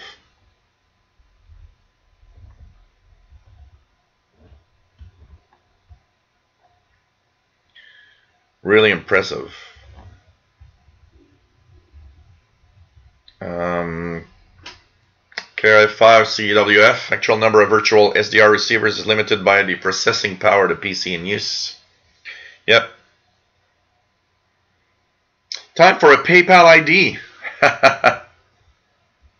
Let's do a little bit of self-promotion here if you guys enjoy what I do. PayPal.me/shortwave. If that doesn't work, go to your PayPal account and send it to the Yahoo email that you see here. It helps me continue what I do. It helps me pay for equipment and lighting systems that I need to change and replace. It cost me a pretty huge internet bill just in order to actually do this and be able to stream live on the internet. So you know, it's something that I love doing. I'm here every Fridays. I mean, you know, and pretty much on the dot all the time. And if you really like what I do, why not join in? You can also become a patron at patreon.com/radio and computers. If you have small amounts to give, because that's one of the biggest problems with PayPal, you know, just add them up and do a donation once a year or stuff. Like I always say, you know, there's one of the guys that gave me a donation, you know, around Christmas time, and you know, he said, "Oh, I consider this as being like a subscription to, you know, a magazine or a subscription to a service. So once a year, I give you the, you know, a donation, and because I think it's important, and you know, there's many people that have, over time telling me, you know, it's just so cool to have what you do. It's just so cool to be able to join a group like this and have a lot of fun talking about radio. And you know, I'm happy to be here, and of course, you know, it's fun to be here. So hey, if you can spare a little money, it's always cool to get a little something, a little help. And thanks for those that donated. Let's try to get those that never donated to give a little something. Thank you so much, my friends. Well, you know what, Terry Colgan, he says, I still wonder how I DX'd with analog receivers. And when I look at my DX100, which was my first radio receiver, I actually wonder how come I've actually been able to listen to shortwave with it, because in reality it's a rather bad radio. But you know what? It's kind of cool because at the time there's a lot of stations, so it made it easy. You know, it made it quite easy to listen to something because there were so many stations, and the stations were strong in general. But I have to say that looking at how I, you know, DX the world with that little realistic DX100 and not really knowing where it was tuned, and today you look at these things and you're like, whoa, we've really moved on so well with technology today.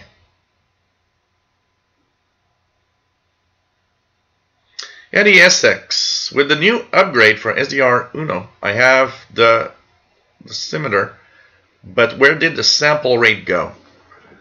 Yeah, okay, I see it here. But I do have the sample rate just above it. Above it, I got sample rate, which is 2 megahertz here. And I can choose it. If you don't see it,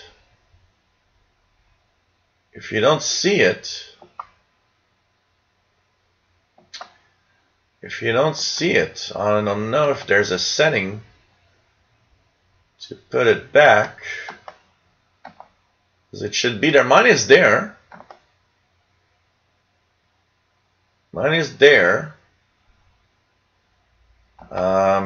So I got the RF gain slider, and I've got the DEC, says 1, and just above it says SR, or the sample rate, and mine says 2.0.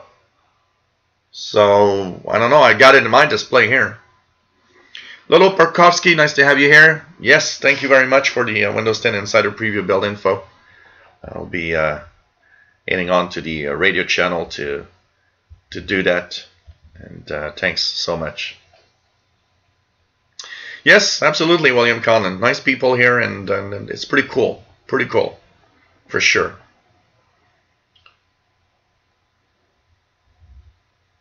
Sausage Gravy, nice to have you here.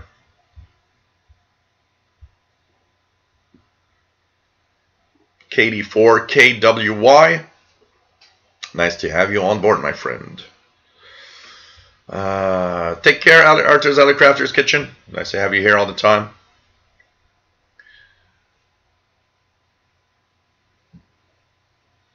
Well, it's not the same thing. You know, the ICOM ICR 8500 David has its own unique feel and its own unique thing to it.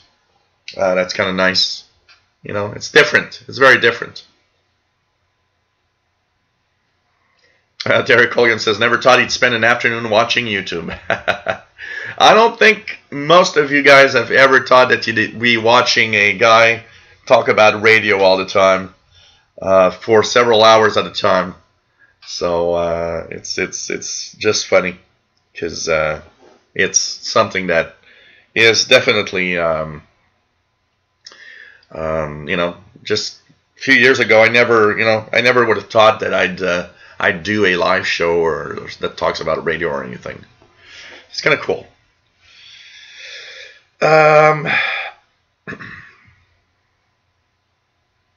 The one DJK says to operate on radio is still something special in comparison to a web SDR. It's your radio. Oh, of course, a web SDR is very different. Absolutely. Having your own radio is the best.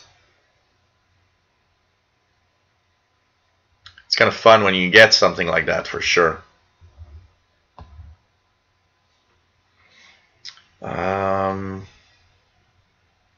A bubble tube.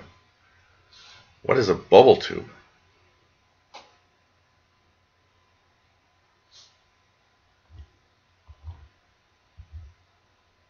A speed bump. Yep, I'm on Videotron here, which usually is very, very good at its on its internet service. So it if my output has a problem, I see it. It tells me here. It tells me that there's not enough data going out to YouTube. And here everything's green, says that I got enough going out to YouTube. And on my Wirecast, it tells me my average output is 2.6 megabytes per second. If I just look at here, yep, 2.4, 2.5 megabits per second for the output. David Arden, does Paul have his own radio? Not really. Tex NPL 680, I always need a physical portable radio in hand in case of global. Yeah, you know, something happens. Having a portable receiver or having a capability of running radios with battery is also absolutely. Hey, Syrian Wello, nice to have you on board. Pretty cool. A radio pub. I like that, Kevin, when it's a radio pub. Having a beer. I'm not drinking much. Two hours into the show, and I actually have not even finished my first beer. So it's kind of, I'm not drinking a lot today, I can tell you that. Jerry's got weather on 6501 upper sideband, which is, at this time, I think it's the Chesapeake, Virginia. Chesapeake, Virginia, 6501. You hear something? Yep.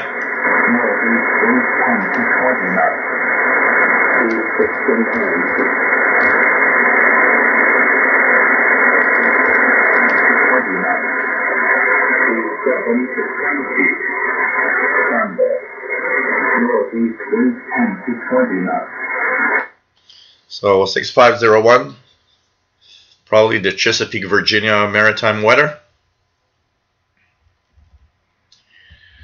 So I'll take a pause of the chat here. I'll take a little pause of the chat here, and we're going to talk about the two radios that I've got this week. We'll talk a little bit about them. The first one, the Radio Wow R108 portable receiver. So this is a pretty much a general coverage receiver. It goes all the way up to 29,999 kilohertz. It doesn't have single sideband. It's really a little DSP portable radio. It has the silicon integrated SI4735 chip.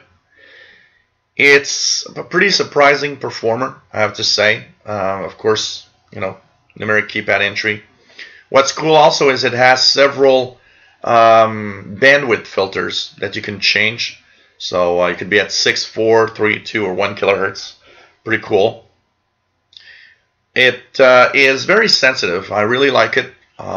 It does have one flaw that I do have a lot of radios that have that problem here, and it's the fact that it actually has a tendency to, on certain frequency ranges in the spectrum of shortwave, FM station breakthrough on the band. So there are frequency ranges like 40-meter band, for example. I could have a little difficulty listening to stations depending on its position because there's overloading. I have to say I am pretty surprised at what the performance of this little radio. It's very sensitive, and I mean you'll get pretty much any station that has a decent signal as long as you don't have too much noise. It could be one radio that I would recommend for anybody that wants one. I'll have a full review with it. It comes with a lithium-ion battery that's in it.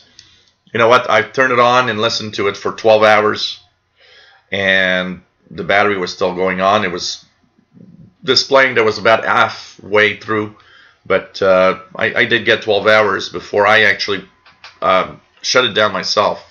You can charge it, of course. There's a little micro USB plug here, and you can charge it with any USB. There's a USB cable that comes with it. You can use any power supply that has a USB plug on it, or plug it on your PC and charge it from your computer. It doesn't take very long to charge, actually. I haven't measured it, but from a battery that was probably quite low, I don't think it took more than maybe a couple of hours for it to be really fully charged. It's a nice package. It's a nice and easy operations, and as an extra that is nice, and for the price is actually pretty amazing. It actually receives the air band. You can actually listen to the airplanes. So if I turn it on here, so you guys can see the display, I'm on medium wave right now. I could change band, and here I am. I'm on 119.9, which is the air band. So I can listen to my local airport and tune in the different frequencies. So here there was a plane right now. I don't know if you guys are going to hear it again. There's a... So that's the airplane that just talked on 199.9. So this has the airband, and it's pretty surprising to have that. And of course, you've got a signal. The signal strength meter is, of course, a noise signal to noise ratio. So you got to get used to that type of noise level indicator and signal level indicator. It has, of course, alarm clocks. It also has temperature. So if you change the display, it will give you also the temperature reading, and you can have the clock. And it's pretty nice little package. I'll say for roughly, from what I've seen, it's roughly 50 to 60 Canadian dollars. But some people have got it for much cheaper. So look at the price from time to time, because some people had it at a much cheaper price. But nice little radio. I'm really happy with their RadioWow R108. Pretty amazing.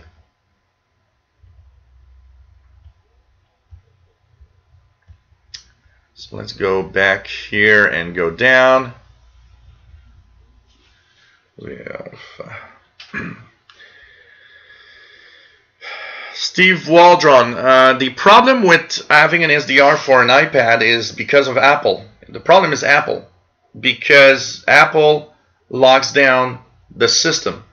So SDRs cannot work on an iPhone or an iPad because they can't be tapped like on an Android tablet, for example, where it's much more open. So unfortunately, there's no possibility of an SDR on iPads. Apple would need to kind of, you know, have a little bit more of an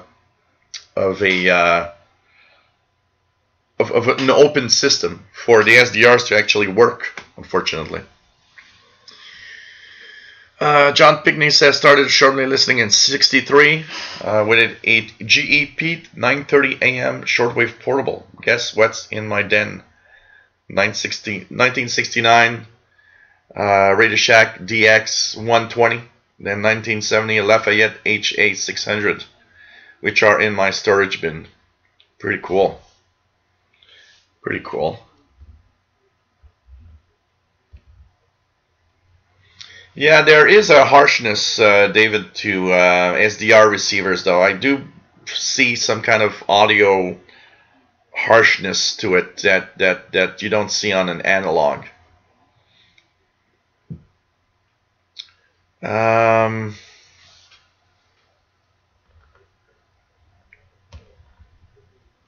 do we have here? Dan Hubert, nice to have you here. Yeah, I could do a little demonstration. It's just that you guys don't see very well that screen here, but I will post a video on the scanning capability of SDR Uno for sure with the new SDR Uno 1.3. John Pickney has an HQ140X in the basement with his TS830, TS530. Cool.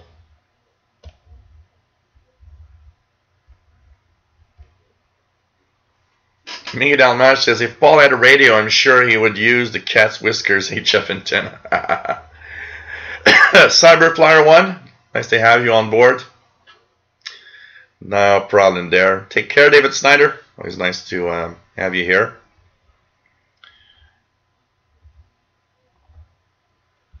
That's pretty much what would happen for sure.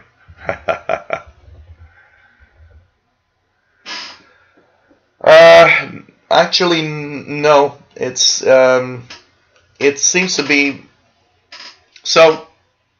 ReadyWow has a website which is readywow.com, on which you will see also the XH Data D808. So, which tends to tell me that ReadyWow is some kind of its own company. On the web page, when you go there, they do have a Texan receiver, but I think it's a different manufacturer. So I'm not sure exactly what manufacturer, or if, and it seems to be like XH Data would be kind of the manufacturer, and it's, or ReadyWow, or I don't know. It's a little messed up to who is actually making this radio. But when you go on the ReadyWow.com website, they sell both the ReadyWow R108 and the XH Data D808. So it's kind of weird.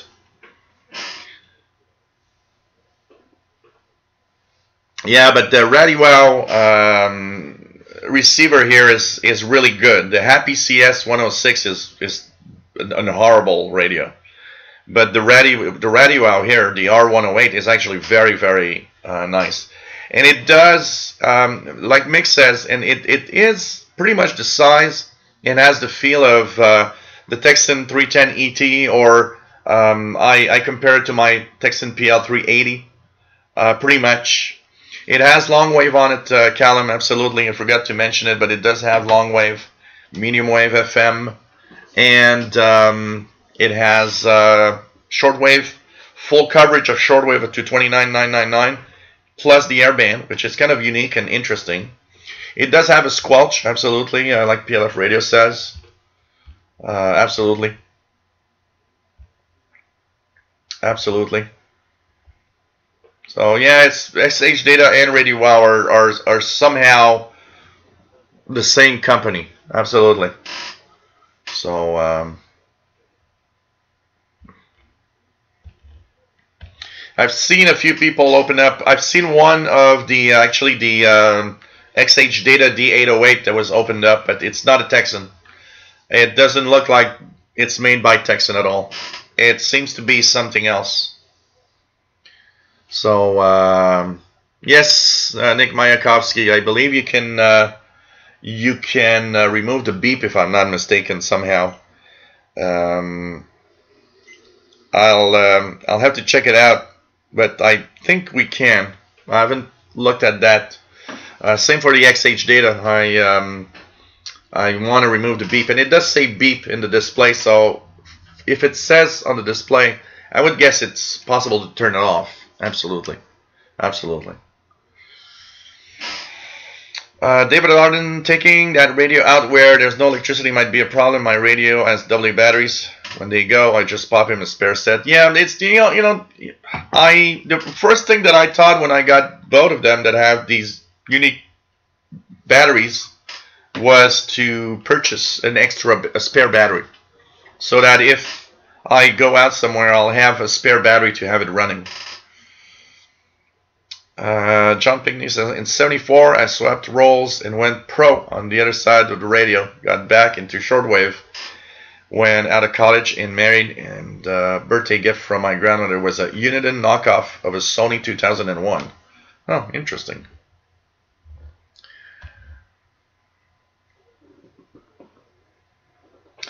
PLF radio. Oh, I didn't know that. So if you press 0 on shortwave, it goes through the shortwave bands. Oh, interesting. And by the way, I just saw beep. Here it says beep, so you can disable the beep for sure, because it does say beep below the 0. So I'll be checking that out. There's a few little things that I still haven't looked at it, all of it for sure. Yeah, William. Well, William Helms says not sure I'm keen on rechargeables. One of the things that I like, that's why I liked AA's, and the fact that you can, if you run out of any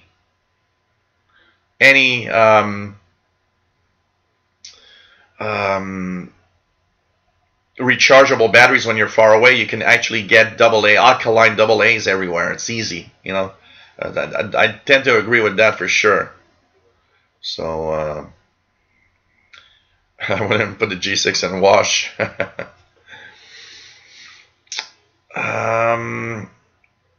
Yeah, a lot of them are DSP chip based. A lot of the portables today are absolutely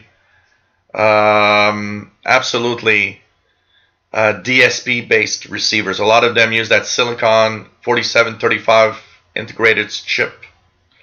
So for sure.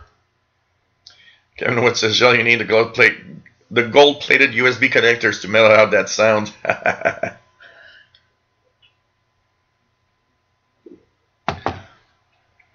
So I'm looking, what D1 DJ Case is looking forward to summer. I am looking forward to summer a lot this year and going around different places. I'll be doing urban de-expeditions in many, many different locations around the city. So you guys are going to have a viewpoint of not just Perry Island, where I'll probably go at least once or twice. I'll have others, and I'm actually going to do a lot of cycling and buying myself a new bicycle, so I think it's going to be a lot of fun.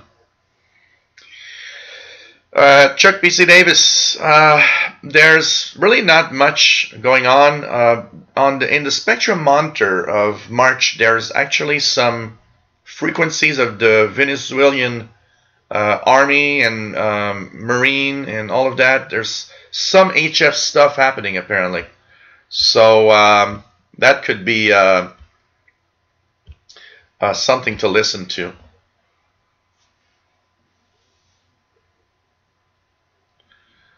What else do we have? Zwal Fakar, nice to have you here. There's a satellite 800 Millennium for $100 in my area in Ontario. Oh, that's interesting. $100 for 800 Millennium. Not too bad. Not too bad of a price.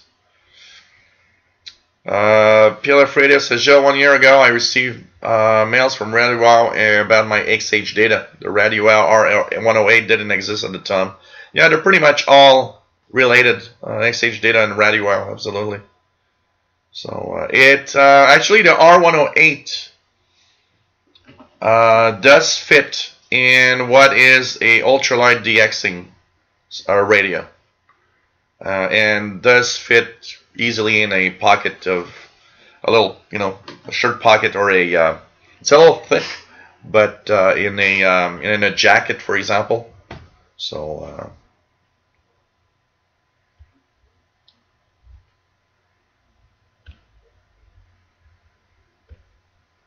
what else do we have? Beverage antennas, yes, absolutely. They are very, very, very, very long wires. Absolutely. And you got to be somewhere very, very quiet. So it's not in the manual. Press 0 on shortwave. Okay, I'll be checking that out for sure. Be checking that out today.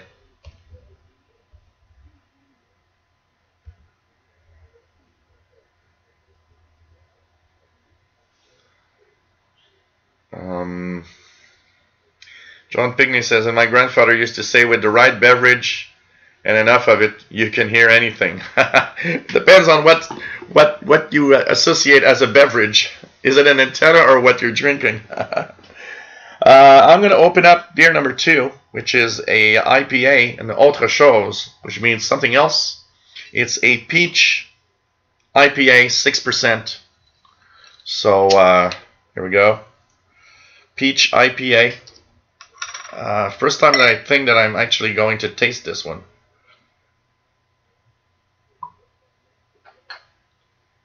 So here we go. And cheers, everybody. We're peach IPA.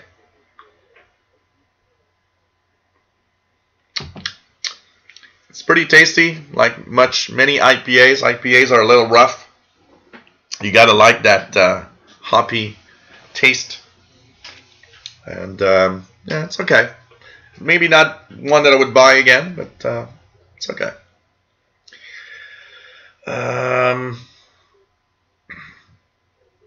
Donald Hosmer, nice to have you here. Leaving for a Met cruise next week, taking the XH Data DA808 and an AOR LA400 loop antenna to DX. So that's going to be a lot of fun. Doing Rome to Athens, Greece, with stops in Israel and Rhodes, Greece. Pretty cool. Pretty cool. You're gonna have a lot of fun with that, my friend. W8SWL.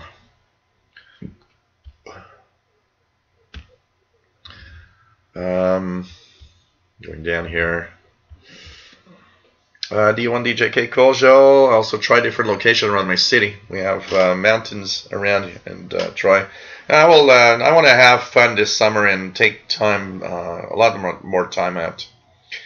Carl, hello. Do you think that there will be more noise over the air when they roll out 5G? Well,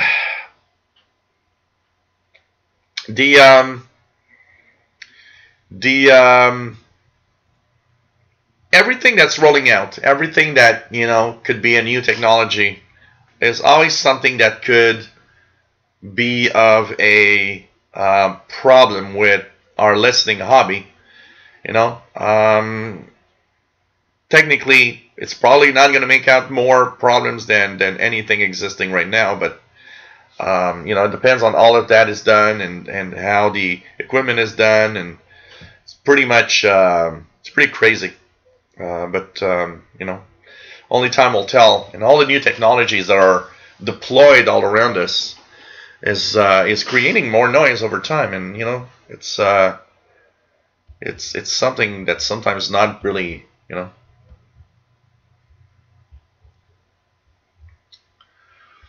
and what's sad with also the rollout of these technologies is that often we have nothing we can say about it.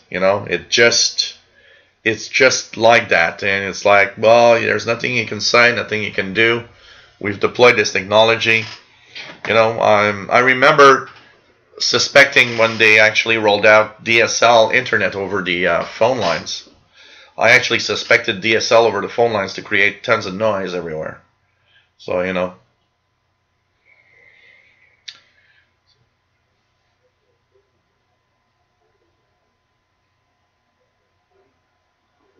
Cheers was filmed for a live studio audience. Oh, man. I remember that in the 80s, Cheers. John Pickney, rural areas don't mean freedom from QRM. One Thanksgiving in the 70s, the listening at my grandparents' farm was ruined by electrical QRM. No QRM at Christmas. My grandfather called the FCC. And IPA is isopropyl alcohol. Oh, man. You know, I was amazed here. I always talk about that story when I lived at where I lived before I came here, and it was a place where there was when it was, you know, in this, like when it was raining or very, very humid, I would have this constant noise that would interfere with my shortwave listening. And on dry days or on very sunny days, usually there were no noise at all. And as I was taking a walk outside, one day that was very, very humid, I could hear crackling at the top of one of the poles where the wiring was going. The Hydro-Quebec lines were passing by. And I took a portable radio, went outside, and I could match, because it was an off and on thing, but I could clearly match the noise in the radio and what I hear, the crackling I hear in my ear when listening. And I called Hydro-Quebec to let them know, and I was so surprised to see that actually they had a team call me, and the guy asked me, okay, is it doing it now? And, you know, here's my cell phone, or here's my phone number. When it does it, call us. We're going to go and check it out. I was actually amazed that they would take the time to do so. But at the same time, it means that if there's some noise because of some, you know, crackling, because there's some power loss also at the same time. So I was very, very surprised that they actually took the time to, you know, fix it, honestly. Brian, Iowa, what's my favorite beer? If I would say my favorite whatever everyday beer, if I go somewhere, I actually like Sleeman beer a lot. The Sleeman Silver Creek is one of my favorites. Apart from that, I would have two other choices. They're higher content of alcohol, but the Don de Dieu and the Fin du Monde that I have are two of my beers that I love a lot. I would say the beer that I try to avoid most of the time are IPAs. Anything that's an IPA has a very, very strong taste. You gotta like it, you know. You really gotta like it. But apart from that, I'm not too difficult on beer, for sure. Donald Hosmer, last time I cruised to Croatia, I heard Tibet PBS 60 meter station on the D808. Wow, that is nice. Garden, I take it you like microbrewery beers mostly. It's been a while, but I used to also when I lived in Toronto. I like the microbrewery stuff a lot, a lot. I'm not fond, you know, of course, if I go to your place and you give me a Budweiser, I will not say a word and drink a Budweiser. But if I have a choice, that's not what I'll choose, you know, for sure.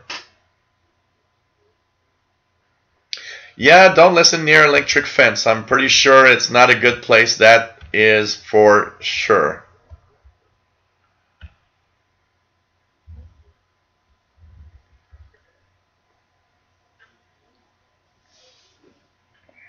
"5G, it's not lethal radiation.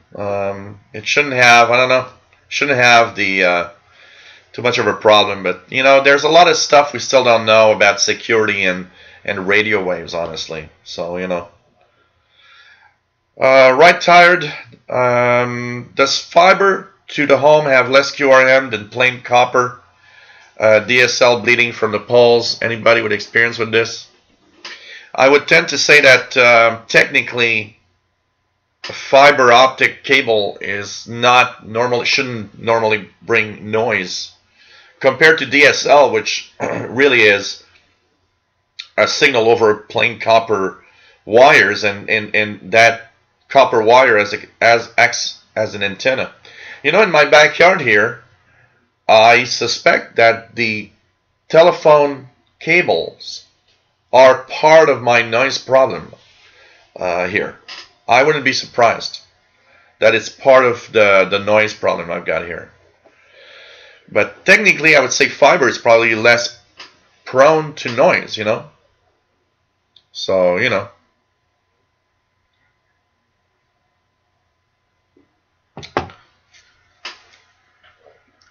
Kevin Wood, there are some beautiful places along the Nova Scotia coast for beverage antennas, great for weekend listening outings. I'm pretty sure there must be a lot of, you know, and being close to the Atlantic Ocean like that, it probably enhances a lot some of the signals, for sure. For sure. KI5CWF, every time I test an emergency locator transmitter, I must call the control tower at the airport so they will not freak out and send fire trucks. Oh, that's interesting.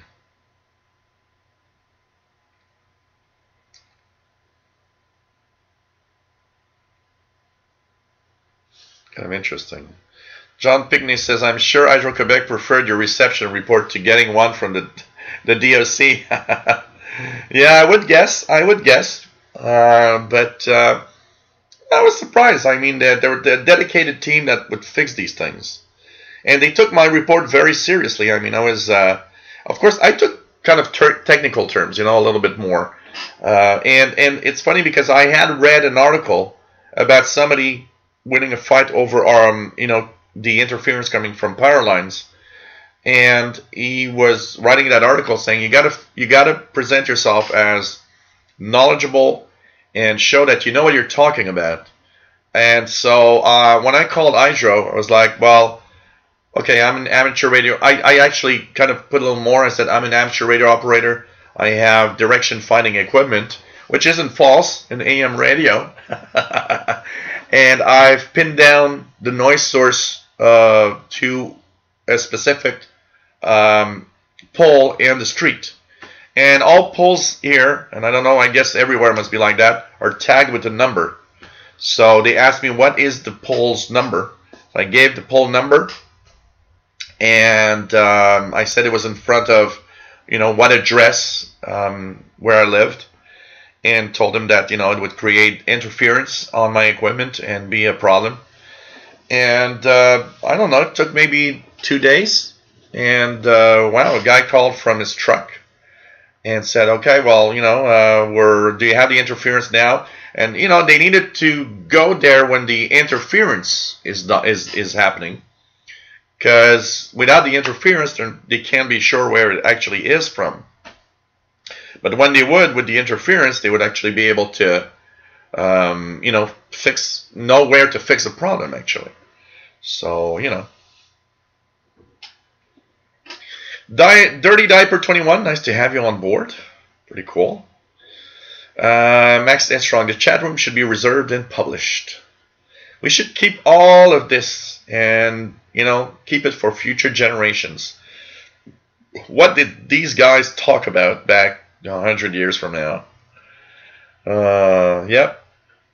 Well, there's the Internet Archive that preserves a lot of stuff. And if you've never been there, by the way, guys, go to the Internet Archives and check the Wayback Machine. You can see web pages what they looked like 10 years, 15 years ago. It's crazy. That's cool, Callum. Coca-Cola is great.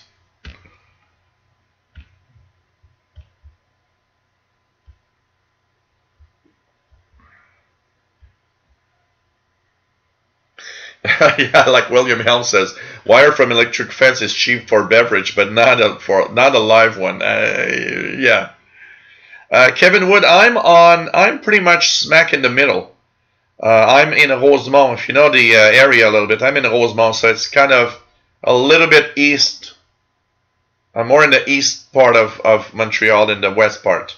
But it's where I am. When you look on the map, roughly I'm in the east part, closer to the east part than the west end. But I'm still not that far from pretty much smack in the middle. So, but I am east compared to the middle of the island of Montreal. Darren Pierce, nice to have you here from a VK3. Nice to have you here.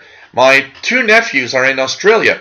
My nephew Gabriel is in Melbourne for the Grand Prix. He's a Formula One fan, and he's been posting all of these pictures from Australia. It's pretty amazing. And my other nephew Francois is also in Australia. He's there for 3 years. He's got actually a visa and now has I found a job in a pub and as a waiter, and he's there for 3 years at least. And he's in Sydney, I believe. So it's kind of cool.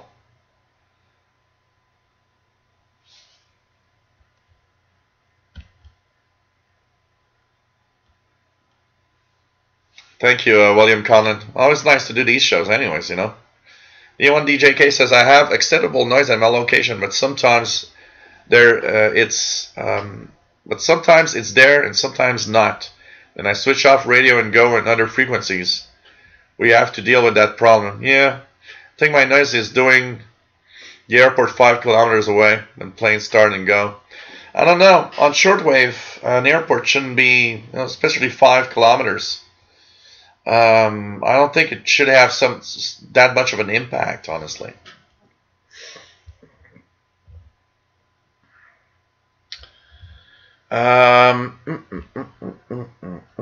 Let's go down. Robert L. Fallen. Anyone have the new version of SDR Uno with the RSP2 download?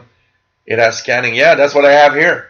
I have it on the RSP1 here, the RSP1A, and it has the scanning capabilities. When you go to the main panel on the upper left, there's a button called Scanner. When you click on it, it brings out a little panel here, and you can actually go and right-click on not right-click, but click on Scanner Config, and here you got a little panel that pops up. So there's preset ranges that you have, including, for example, medium wave North America, airband, and medium wave North America and Europe, marine band scan, and then there's custom presets. So you can actually choose a start frequency, a stop frequency, and the step that you want to scan. Then you've got to test. Okay, there's two other things after that. There's old time. What's old time? Old time means how long in seconds do you want to stay on that signal that you just received. So depending on what you're scanning, you'll give it a certain time, an amount of time. Like yesterday I was scanning the airband. I gave it 10 seconds. So when you would hear communication, it would stay there for 10 seconds before continuing. And then there's threshold. You got to actually have that threshold above your noise floor, but not too high so not to miss out on signals. So that's a little tricky to set up. So you got to set that threshold just at the right place in order to have that scan capability. You can have the frequencies that it finds saved automatically to the memory panel. You can have it wait on a signal instead of having it, just stay there for a few seconds. You could actually have it stop on a signal, and you can display the threshold on the screen, and you can have it continuous loop or just do one scan. So it's a pretty cool feature actually. The scanning feature is very nice, and I'm probably going to use it quite a lot, and especially on the VHF UHF range for sure. Take care, Brent. It's nice to have you here.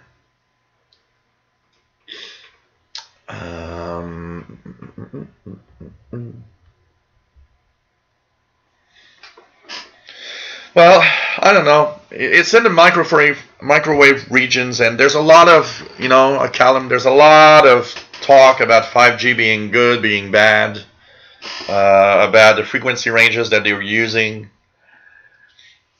You know what? I think we'll need to have more testing done, and we got to be careful. There's a lot of fake news also about all of this, going around the internet. Jerry DX says, I have one of my videos listening to Radio New Zealand, RF noise being controlled toward the RNZI signal, Radio New Zealand signal. I was like, whoa. Seeing the RF dancing on the screen towards New Zealand. It's kind of weird. Kind of weird.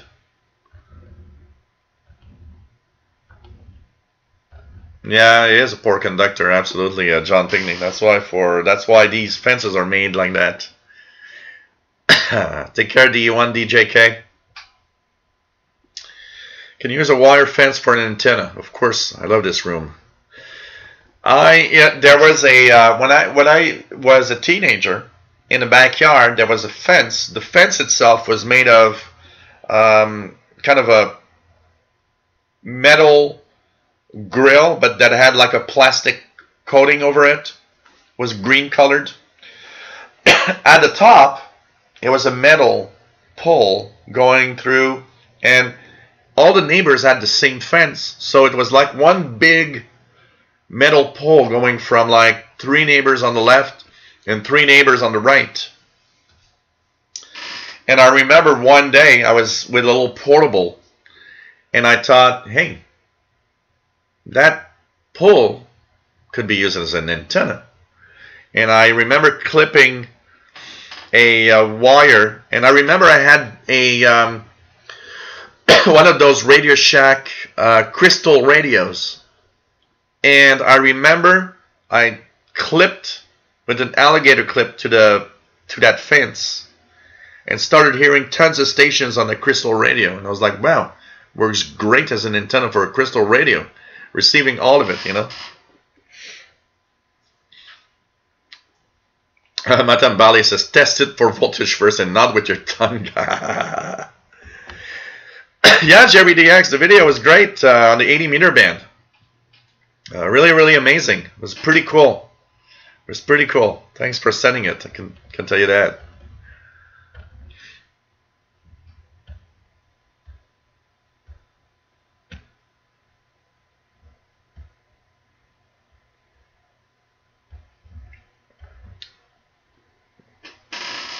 Callum would like to go to Australia. I'd like to go to Australia, and I'd like to DX from Australia and see how different all of that is,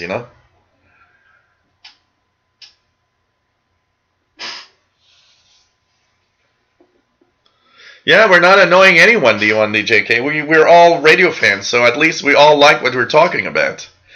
KI5CWF says, at work I had to teach a crash course on radio frequency communications to a fellow avionics technician that did not know anything about RF communications.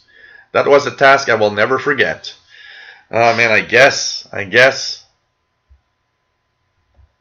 John Pickney, is Canada doing a repack of TV channels? I know I believe they're auctioning some of Spectrum, some of the Spectrum, like something like 600, like Kevin Wood says, 600 megahertz was made available when digital. There's a few things. There's a few things that's kind of that are actually being talked about, and I know that there's the over-the-air TV. There's HD TV signals over the air. There's kind of a new.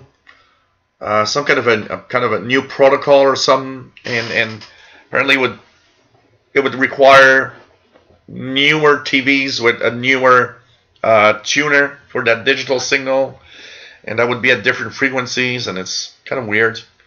Personally, I kind of find that a little bit of a joke. It's fine like it is right now.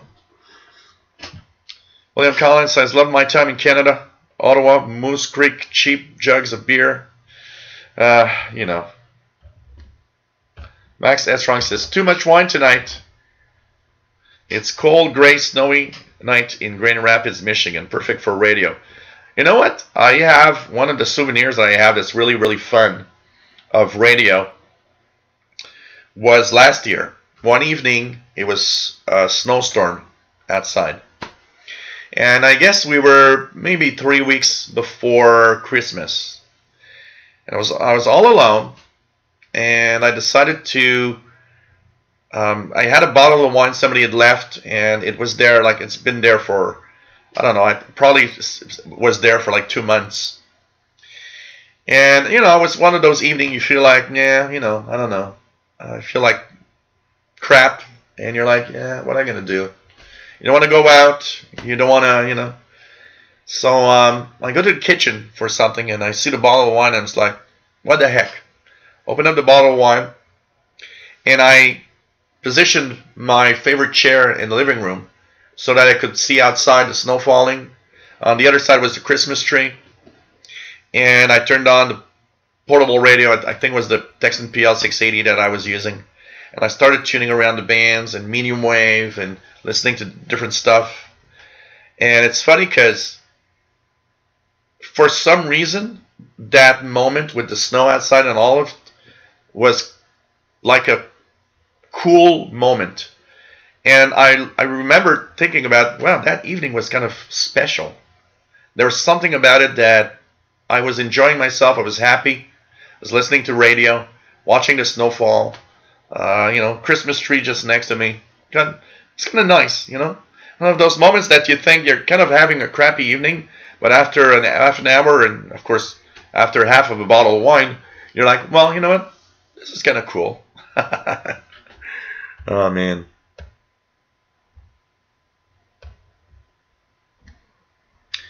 Oh, Max Headstrong, you know, here in Montreal, March and April are the worst months because it's like either you know, we could have really beautiful days, and 3 days later we could have a snowstorm. It's one of those, we don't know what the heck was going to happen.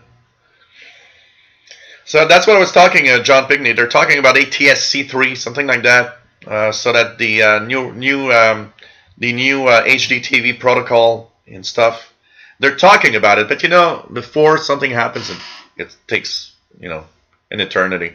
It's not going to change tomorrow, I can tell you that. And there's no set date of anything.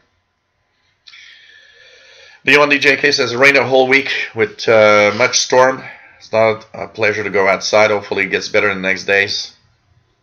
Yeah, in the UK, it feels like he lives in the UK. Yeah, here it would be probably like, you know, living in Vancouver. Jane Paradis, nice to have you here. 5598, Gander Radio with traffic. Let's go to 5598 and see any traffic, any radio traffic. I see 5450 with Royal Air Force signal. Propagation seems to be okay tonight. So we'll see. We'll see.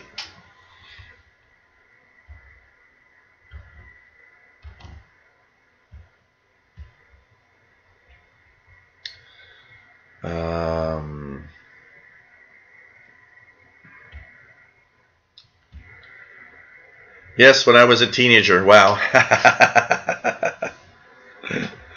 Oh God.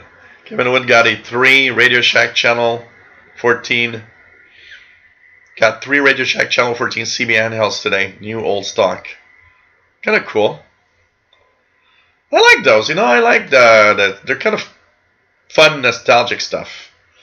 I got I got the 3 watts 3 channel here.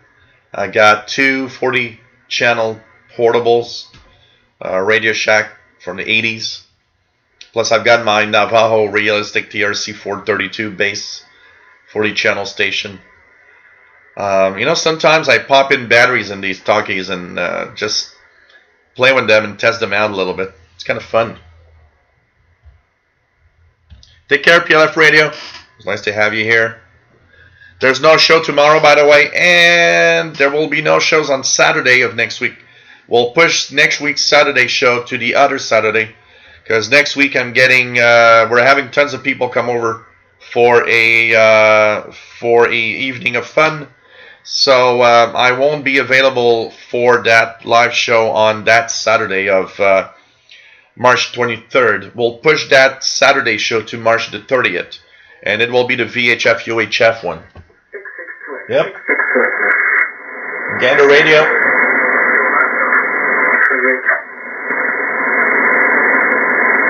Pretty strong from Gander Radio 5598. Absolutely. Pretty cool. 3DX, SkiWiz DR has receivers in Australia. Closest thing to being there. Yes, I've used a few of them. John Pigney says, Crystal Radio, my father and I got one station, WPGC 1580. My father said he was able to hear much more on the ones he built in the 20s.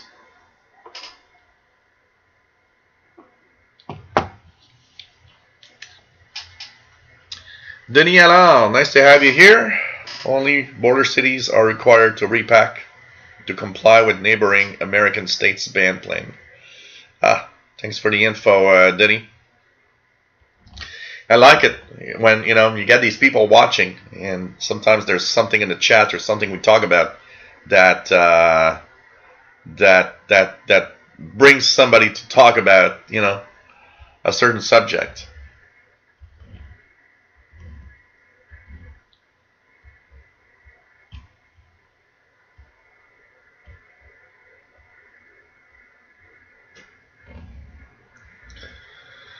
Matt says, bet the wine had something to do with your change of perspective. That probably, Matt, probably. I was feeling, it was one of those evenings when I felt like crap, and I was like, yeah, okay, you know what? Felt better, and was listening to the radio, and suddenly it was like, you know what? This is kind of cool. I'm happy now. Gennady Zawidowski, nice to have you here. UA1ARN. Nice to have you here, my friend. Pretty cool. Long live radio, absolutely. Absolutely. Well, Matt, you know what, Max Headstrong? We are a strange bunch for the regular population. But honestly, all of us here together, we actually fit in really well and feel really good. We're just all right as a team and as a gang. It's pretty cool. Ron Sear, nice to have you here. Sorel boy until I move back to Montreal. Cool. Nice to have you on board. Keegan says, I was thinking of DXing from northeast Wisconsin sometime. My dad, W9JEF, home state. I was so amazed the other day when I actually heard Cuba on medium wave. For those that haven't seen, I heard Radio Rebelde 670 kilohertz here in Montreal. What amazed me even more is that the Toshiba Portable, which is an old 80s portable that Fastload gave me, actually outperformed the Sangean ATS 505 with the digital readout. And that, I gotta say, was a surprising find. It was like, what? Really? It's actually better? One thing also, by the way, and I'm going to talk about it a little bit before I continue in the chat room. So the XH Data D808, by the way, has been found to be a pretty good medium wave DXing machine. And the reason why, apparently the ferrite loop in it is longer than most average portables. I saw that article on the swling.com website. And they were actually saying how the ferrite loop in the XH Data is longer, so it actually gets more signals than a lot of portables. So I'll have to test out the medium wave capabilities of this thing for sure. Maybe even tonight I'll try that out because it's kind of cool to see that. Quick rundown of the XH Data D808 before I actually post a full review sometime next week probably. It's a great general coverage radio, long wave, medium wave, short wave, full coverage up to 29,999 kilohertz. It has single sideband capability with separate upper lower sideband which is very nice and actually works really well. It has the airband also, which is pretty cool. Funny thing is, its basic design is the same DSP chip as the Radio Wow R108, but with added capabilities. It's very sensitive. Because probably of its basic design, it has the same flaw that has the Radio Wow that I showed you earlier. It actually has a little bit of breakthrough of FM stations through the shortwave bands here. Not too bad, but just bad enough that around 49 meters, 41 meters, it's a little rough, and you gotta be careful. Single sideband receiving in here is amazingly good. Audio is pretty good. It's a little muffled on the Radio Wow. It's like missing highest frequency ranges in the audio department. Not on this one. This one, it sounds great. It's easy to tune. It's a lot of fun to use. I would say that I would recommend the H-Stage Data D808 pretty much as a very, very good little portable. And it's roughly around $100 here. And my full review will be coming up probably next week. I'm going to continue using it this weekend and early next week. But nice little radios. I'm pretty impressed. And I want to thank the fan who wants to remain anonymous for actually sending me these radios, because I did not buy them. They were sent to me by a fan, a viewer that wanted to have my opinion of those radios, and he didn't want to give a donation in money. He said, I don't want to give you a donation in money, but I'd like to give you a donation in radios. And I said, no problem there. So I thought he would send me only one, but then he said, hey, I purchased the two and sent you. So they come from Singapore, and it was pretty fast. He sent me the tracking number, and it barely took 2 weeks for it to arrive here. It was pretty fast. I'm surprised today of how fast things coming from China, and in this case from Singapore. Pretty crazy. So nice radios, honestly. Really having a lot of fun. And tonight I'm going to tune a little bit this, but I probably will be will tune the portables more tonight to test them out, for sure.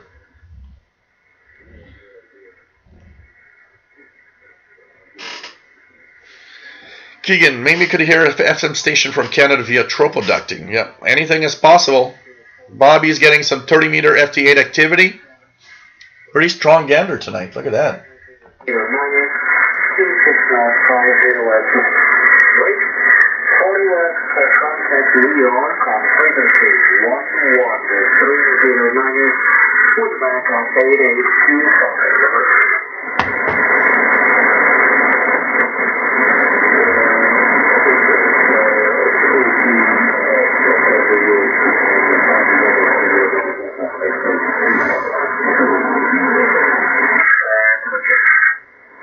A lot of background noise with that single 5998. Yes, the one DJK. The Friday show is okay. Next week, Friday, the 22nd, we have a regular show, 2000 hours UTC, for sure. John Pickney says, I thought, and let me find out. I thought airlines had gone satellite for voice over the ocean. No, there's still quite a lot of activity on the air bands, but like I always tell everybody, if you like that, listen in, because slowly but surely at some point that could be the case of no more HF aerial communications.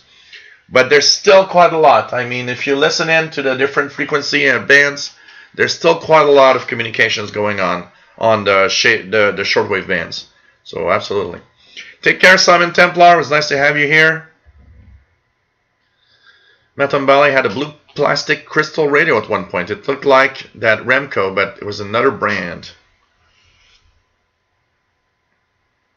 Bonva, nice to have you here.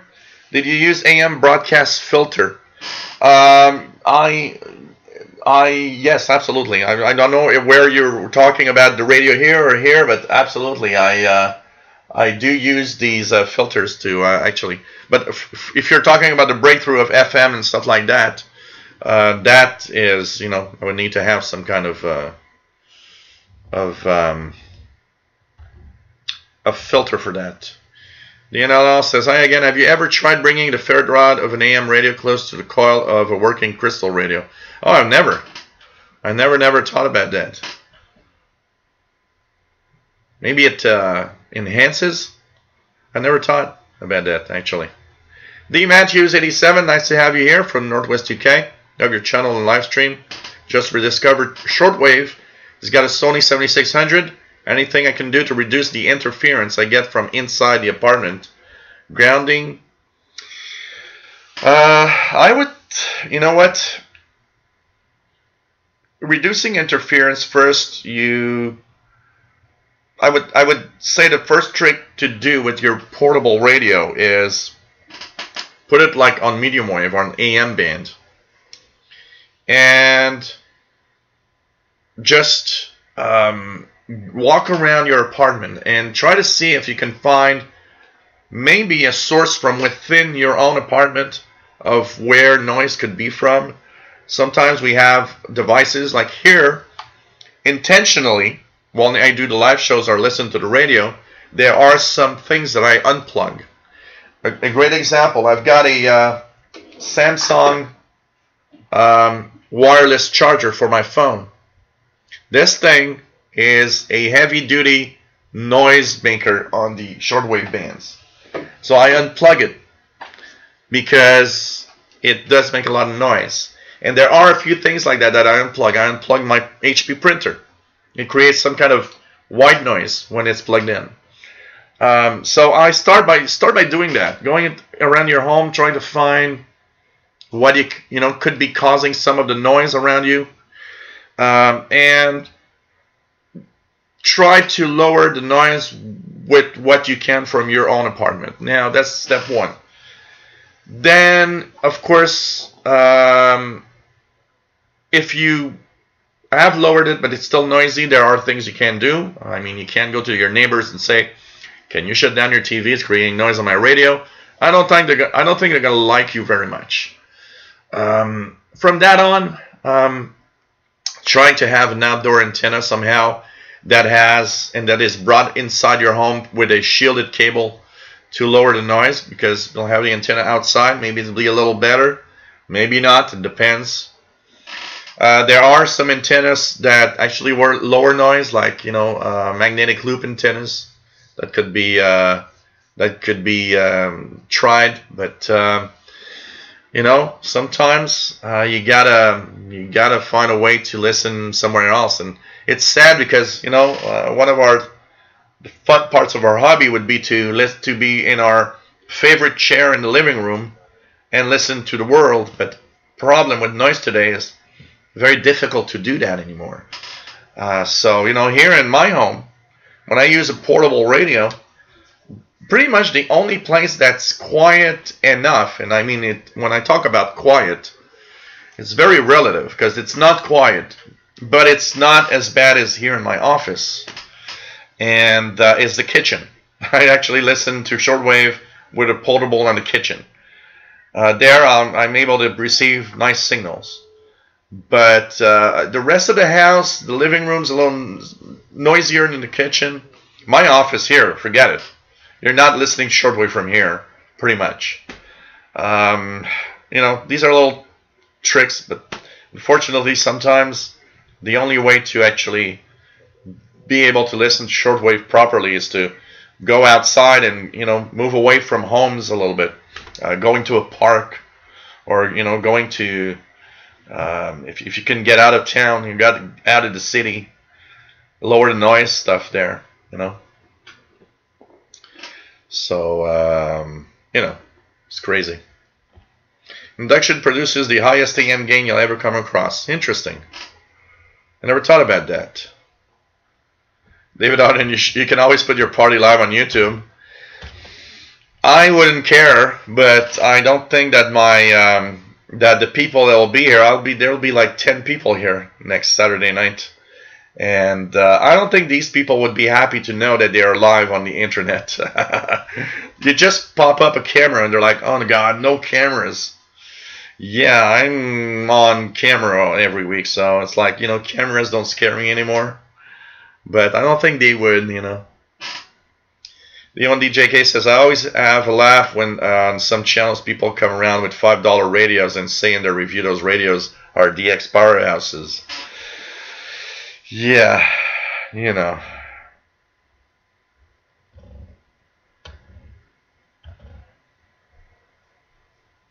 Yeah, pretty much like Mick says, difficult to do what's happening in the... that's interesting. David says, oceanic communications are mostly done via the controlled pilot data link communications, but HF is retained as a backup. So, cool. Pretty cool. Yes, Jerry, look at the videos I posted in the past week or two. It says Radio Rebelde. My video starts with, wow, Radio Rebelde Cuba on medium wave or something like that, on 670 kilohertz medium wave. And I actually compare the old Toshiba analog with the newer Sangean digital. Pretty amazing the difference.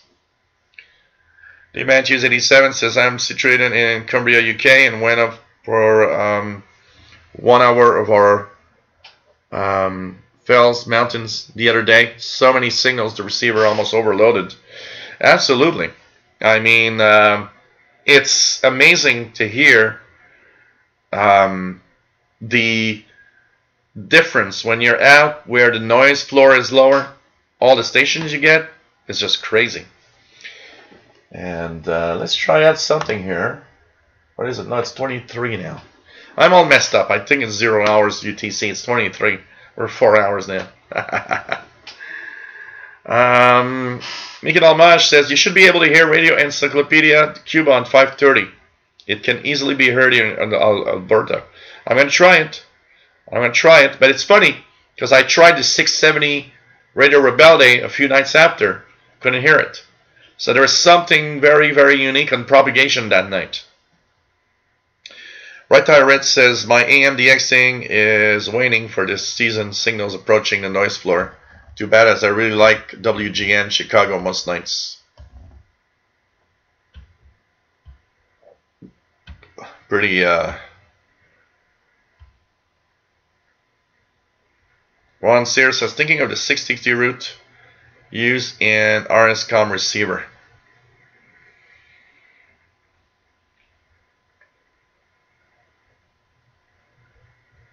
Well, you know what, D1 DJK? I'll give you a very simple example. You say it's strange to trust a brand named RadioWow. Look, the XH Data D808 is an amazing radio. But I do have a XH Data D38 that I reviewed and that I did call pretty much crappy. Based on the XH Data D38, I would never have bought this, because I would have thought, well, that D38 was so crappy, I'm not sure I want to buy another XH Data radio. And of course I didn't buy it, somebody sent me it, but I did hear so many people talking good about it, and it's actually amazing. Kevin Wood is doing a pizza run. Oh man, you're giving me, I'm going to eat pizza now because of you.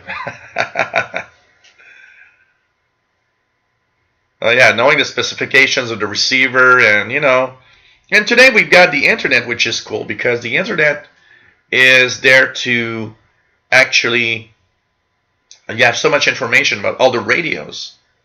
Now you can actually see, and you got people like me on YouTube, but you've got reviews even on websites like shortwavelistening.com, where you can actually find information and know that a radio is good or crappy, or see what people are thinking of or thinking about. And you got to be careful, and when you look at reviews, I think a great example, the Heham site. That site has a lot of reviews of radios from all times. And sometimes I like to go through, one radio and check all what people are saying. And of course, you always have, from time to time, that guy that says, this radio sucks. It's bad. I don't like it. And you look at why, and you're like, really? I don't think you don't know how to use it. So it's fun to look at a bunch of reviews. But also it's interesting because when you look at reviews, and there's a lot of them, what's interesting also is look at the details of what people are saying. You'll have that guy from time to time that's going to say, oh, this radio is good, but there's this that I hate about it. The reason why it's not my favorite. That thing isn't, I don't like the way it's been built or the way that you have to use it. And you'll learn a lot by reading them. But, you got so much info now, you can actually see if a radio is good just from looking at reviews on the internet today, which is kind of cool. Right Tire Red, too much radio low on shortwave. Yeah. Take care, John Pigney. Have a great supper. Midnight Fox, nice to have you here.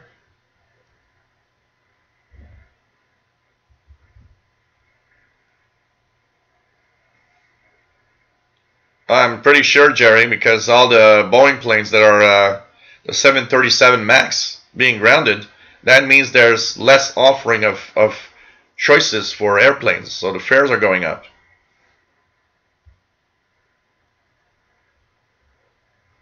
Thank you, Frederick Montelius. Nice to have you on board.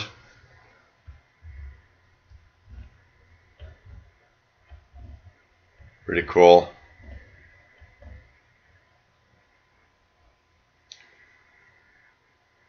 They've thought vertical antennas are noisier than horizontal antennas, and the positioning of the antenna is very important also.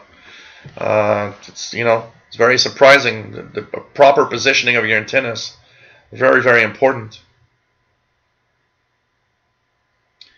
Matambali say use the gutter as an antenna and the outdoor faucet as a ground. Worked really well. Oh, cool. Cool.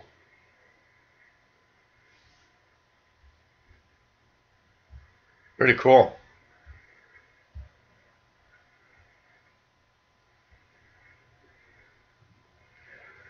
Yeah, I got one about the Cuban Radio Rebelde. Pretty amazing. I had a lot of fun with tuning the bands. I actually still have my list of stations that I received, and I stopped at 670 because I was amazed at Radio Rebelde Cuba. But maybe tonight I should continue starting at 670, see if I hear it again, and then go up. Even try maybe the medium wave capabilities of the new radios at the same time. It's kind of cool. F. Blassie, nice to have you here from Oakland, California. As they say, better late than never. Max Headstrong, omelette with sweet potato fries. Oh, that sounds pretty good. With a good red wine, tomatoes, and green onion. That's good.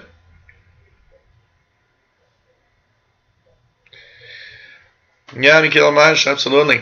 When solar conditions disturb, we can get better and enhance reception from the south. Absolutely. And it was nice because, on 670, there's that powerhouse signal from Chicago, Illinois. So, makes it even more interesting because just by turning the radio, The one DJK says official shortwave channel and 2 hands on the radio. Radio reviews about the S350DL were the reasons I am now happy owner of the radio. So cool. Gary Horobin, nice to have you on board from Japan, my friend.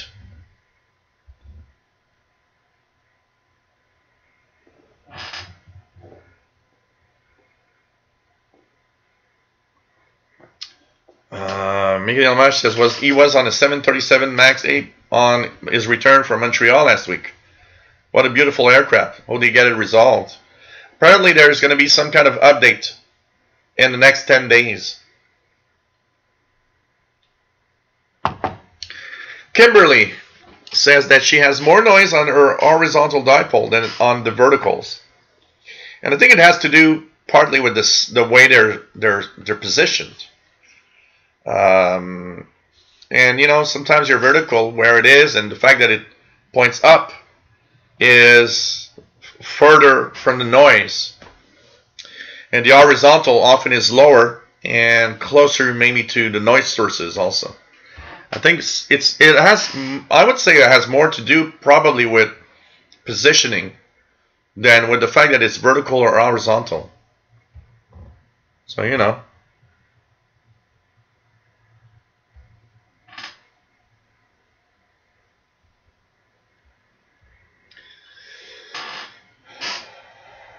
Ron Sear says, my old CB days, Midlands, SSB, Entron, Lollipop, oh, Skipland. I remember being mad because I couldn't hear anything. I couldn't hear my friend because the skip was too bad in the 80s. Just crazy. Two Hands in the Radio has amazingly nice videos, actually. It's an interesting concept, too, the way that it presented. And it totally has two hands in the radio. Pretty interesting.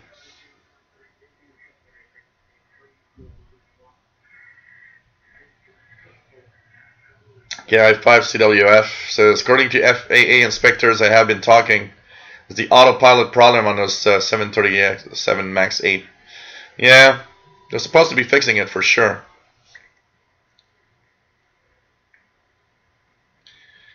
Dion DJK says, Joe, Two Hands on the Radio, Todderbert and Hamrad are the references and reviews and tests of radios. But they say you can trust. And you know, one of the things that I want to make sure when I talk about radios is always to mention the good and the bad of everything. And if it's a radio is crappy, I'm going to say it's crappy. That's why I don't want to, you know, have a company give me a radio. I want to, you know, if a radio is crappy, I want to say it's crappy and that's it. I don't want to have to hold back because you're giving me radios or something. And, you know, you actually have a better and a more honest opinion on something you buy yourself and test it.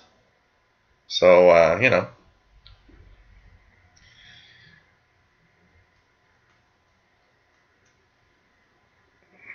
Max says strong. Something about a $10 device that can hear across the globe. You know, it's... Just look at the Texan R9012. I mean... It's so cheap and yet it's so surprising. The E1DJ-K2 of 3 radios I bought due to top reviews by official Shortwave and Two Hands. That's what I want to, you know, do. And I know a lot of people purchase receivers due to my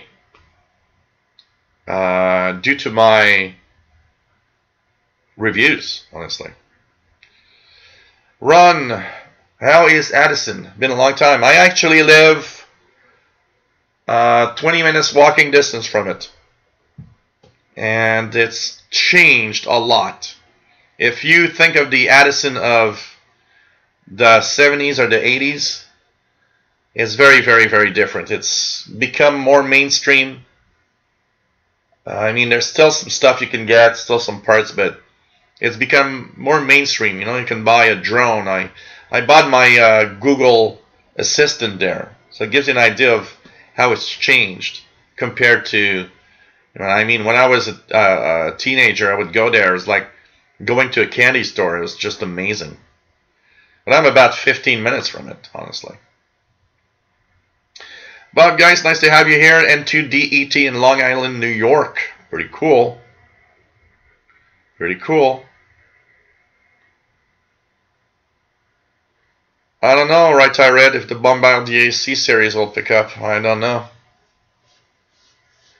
Cheap radios are probably the #1 reason why cheap radios exist, is the Asian market.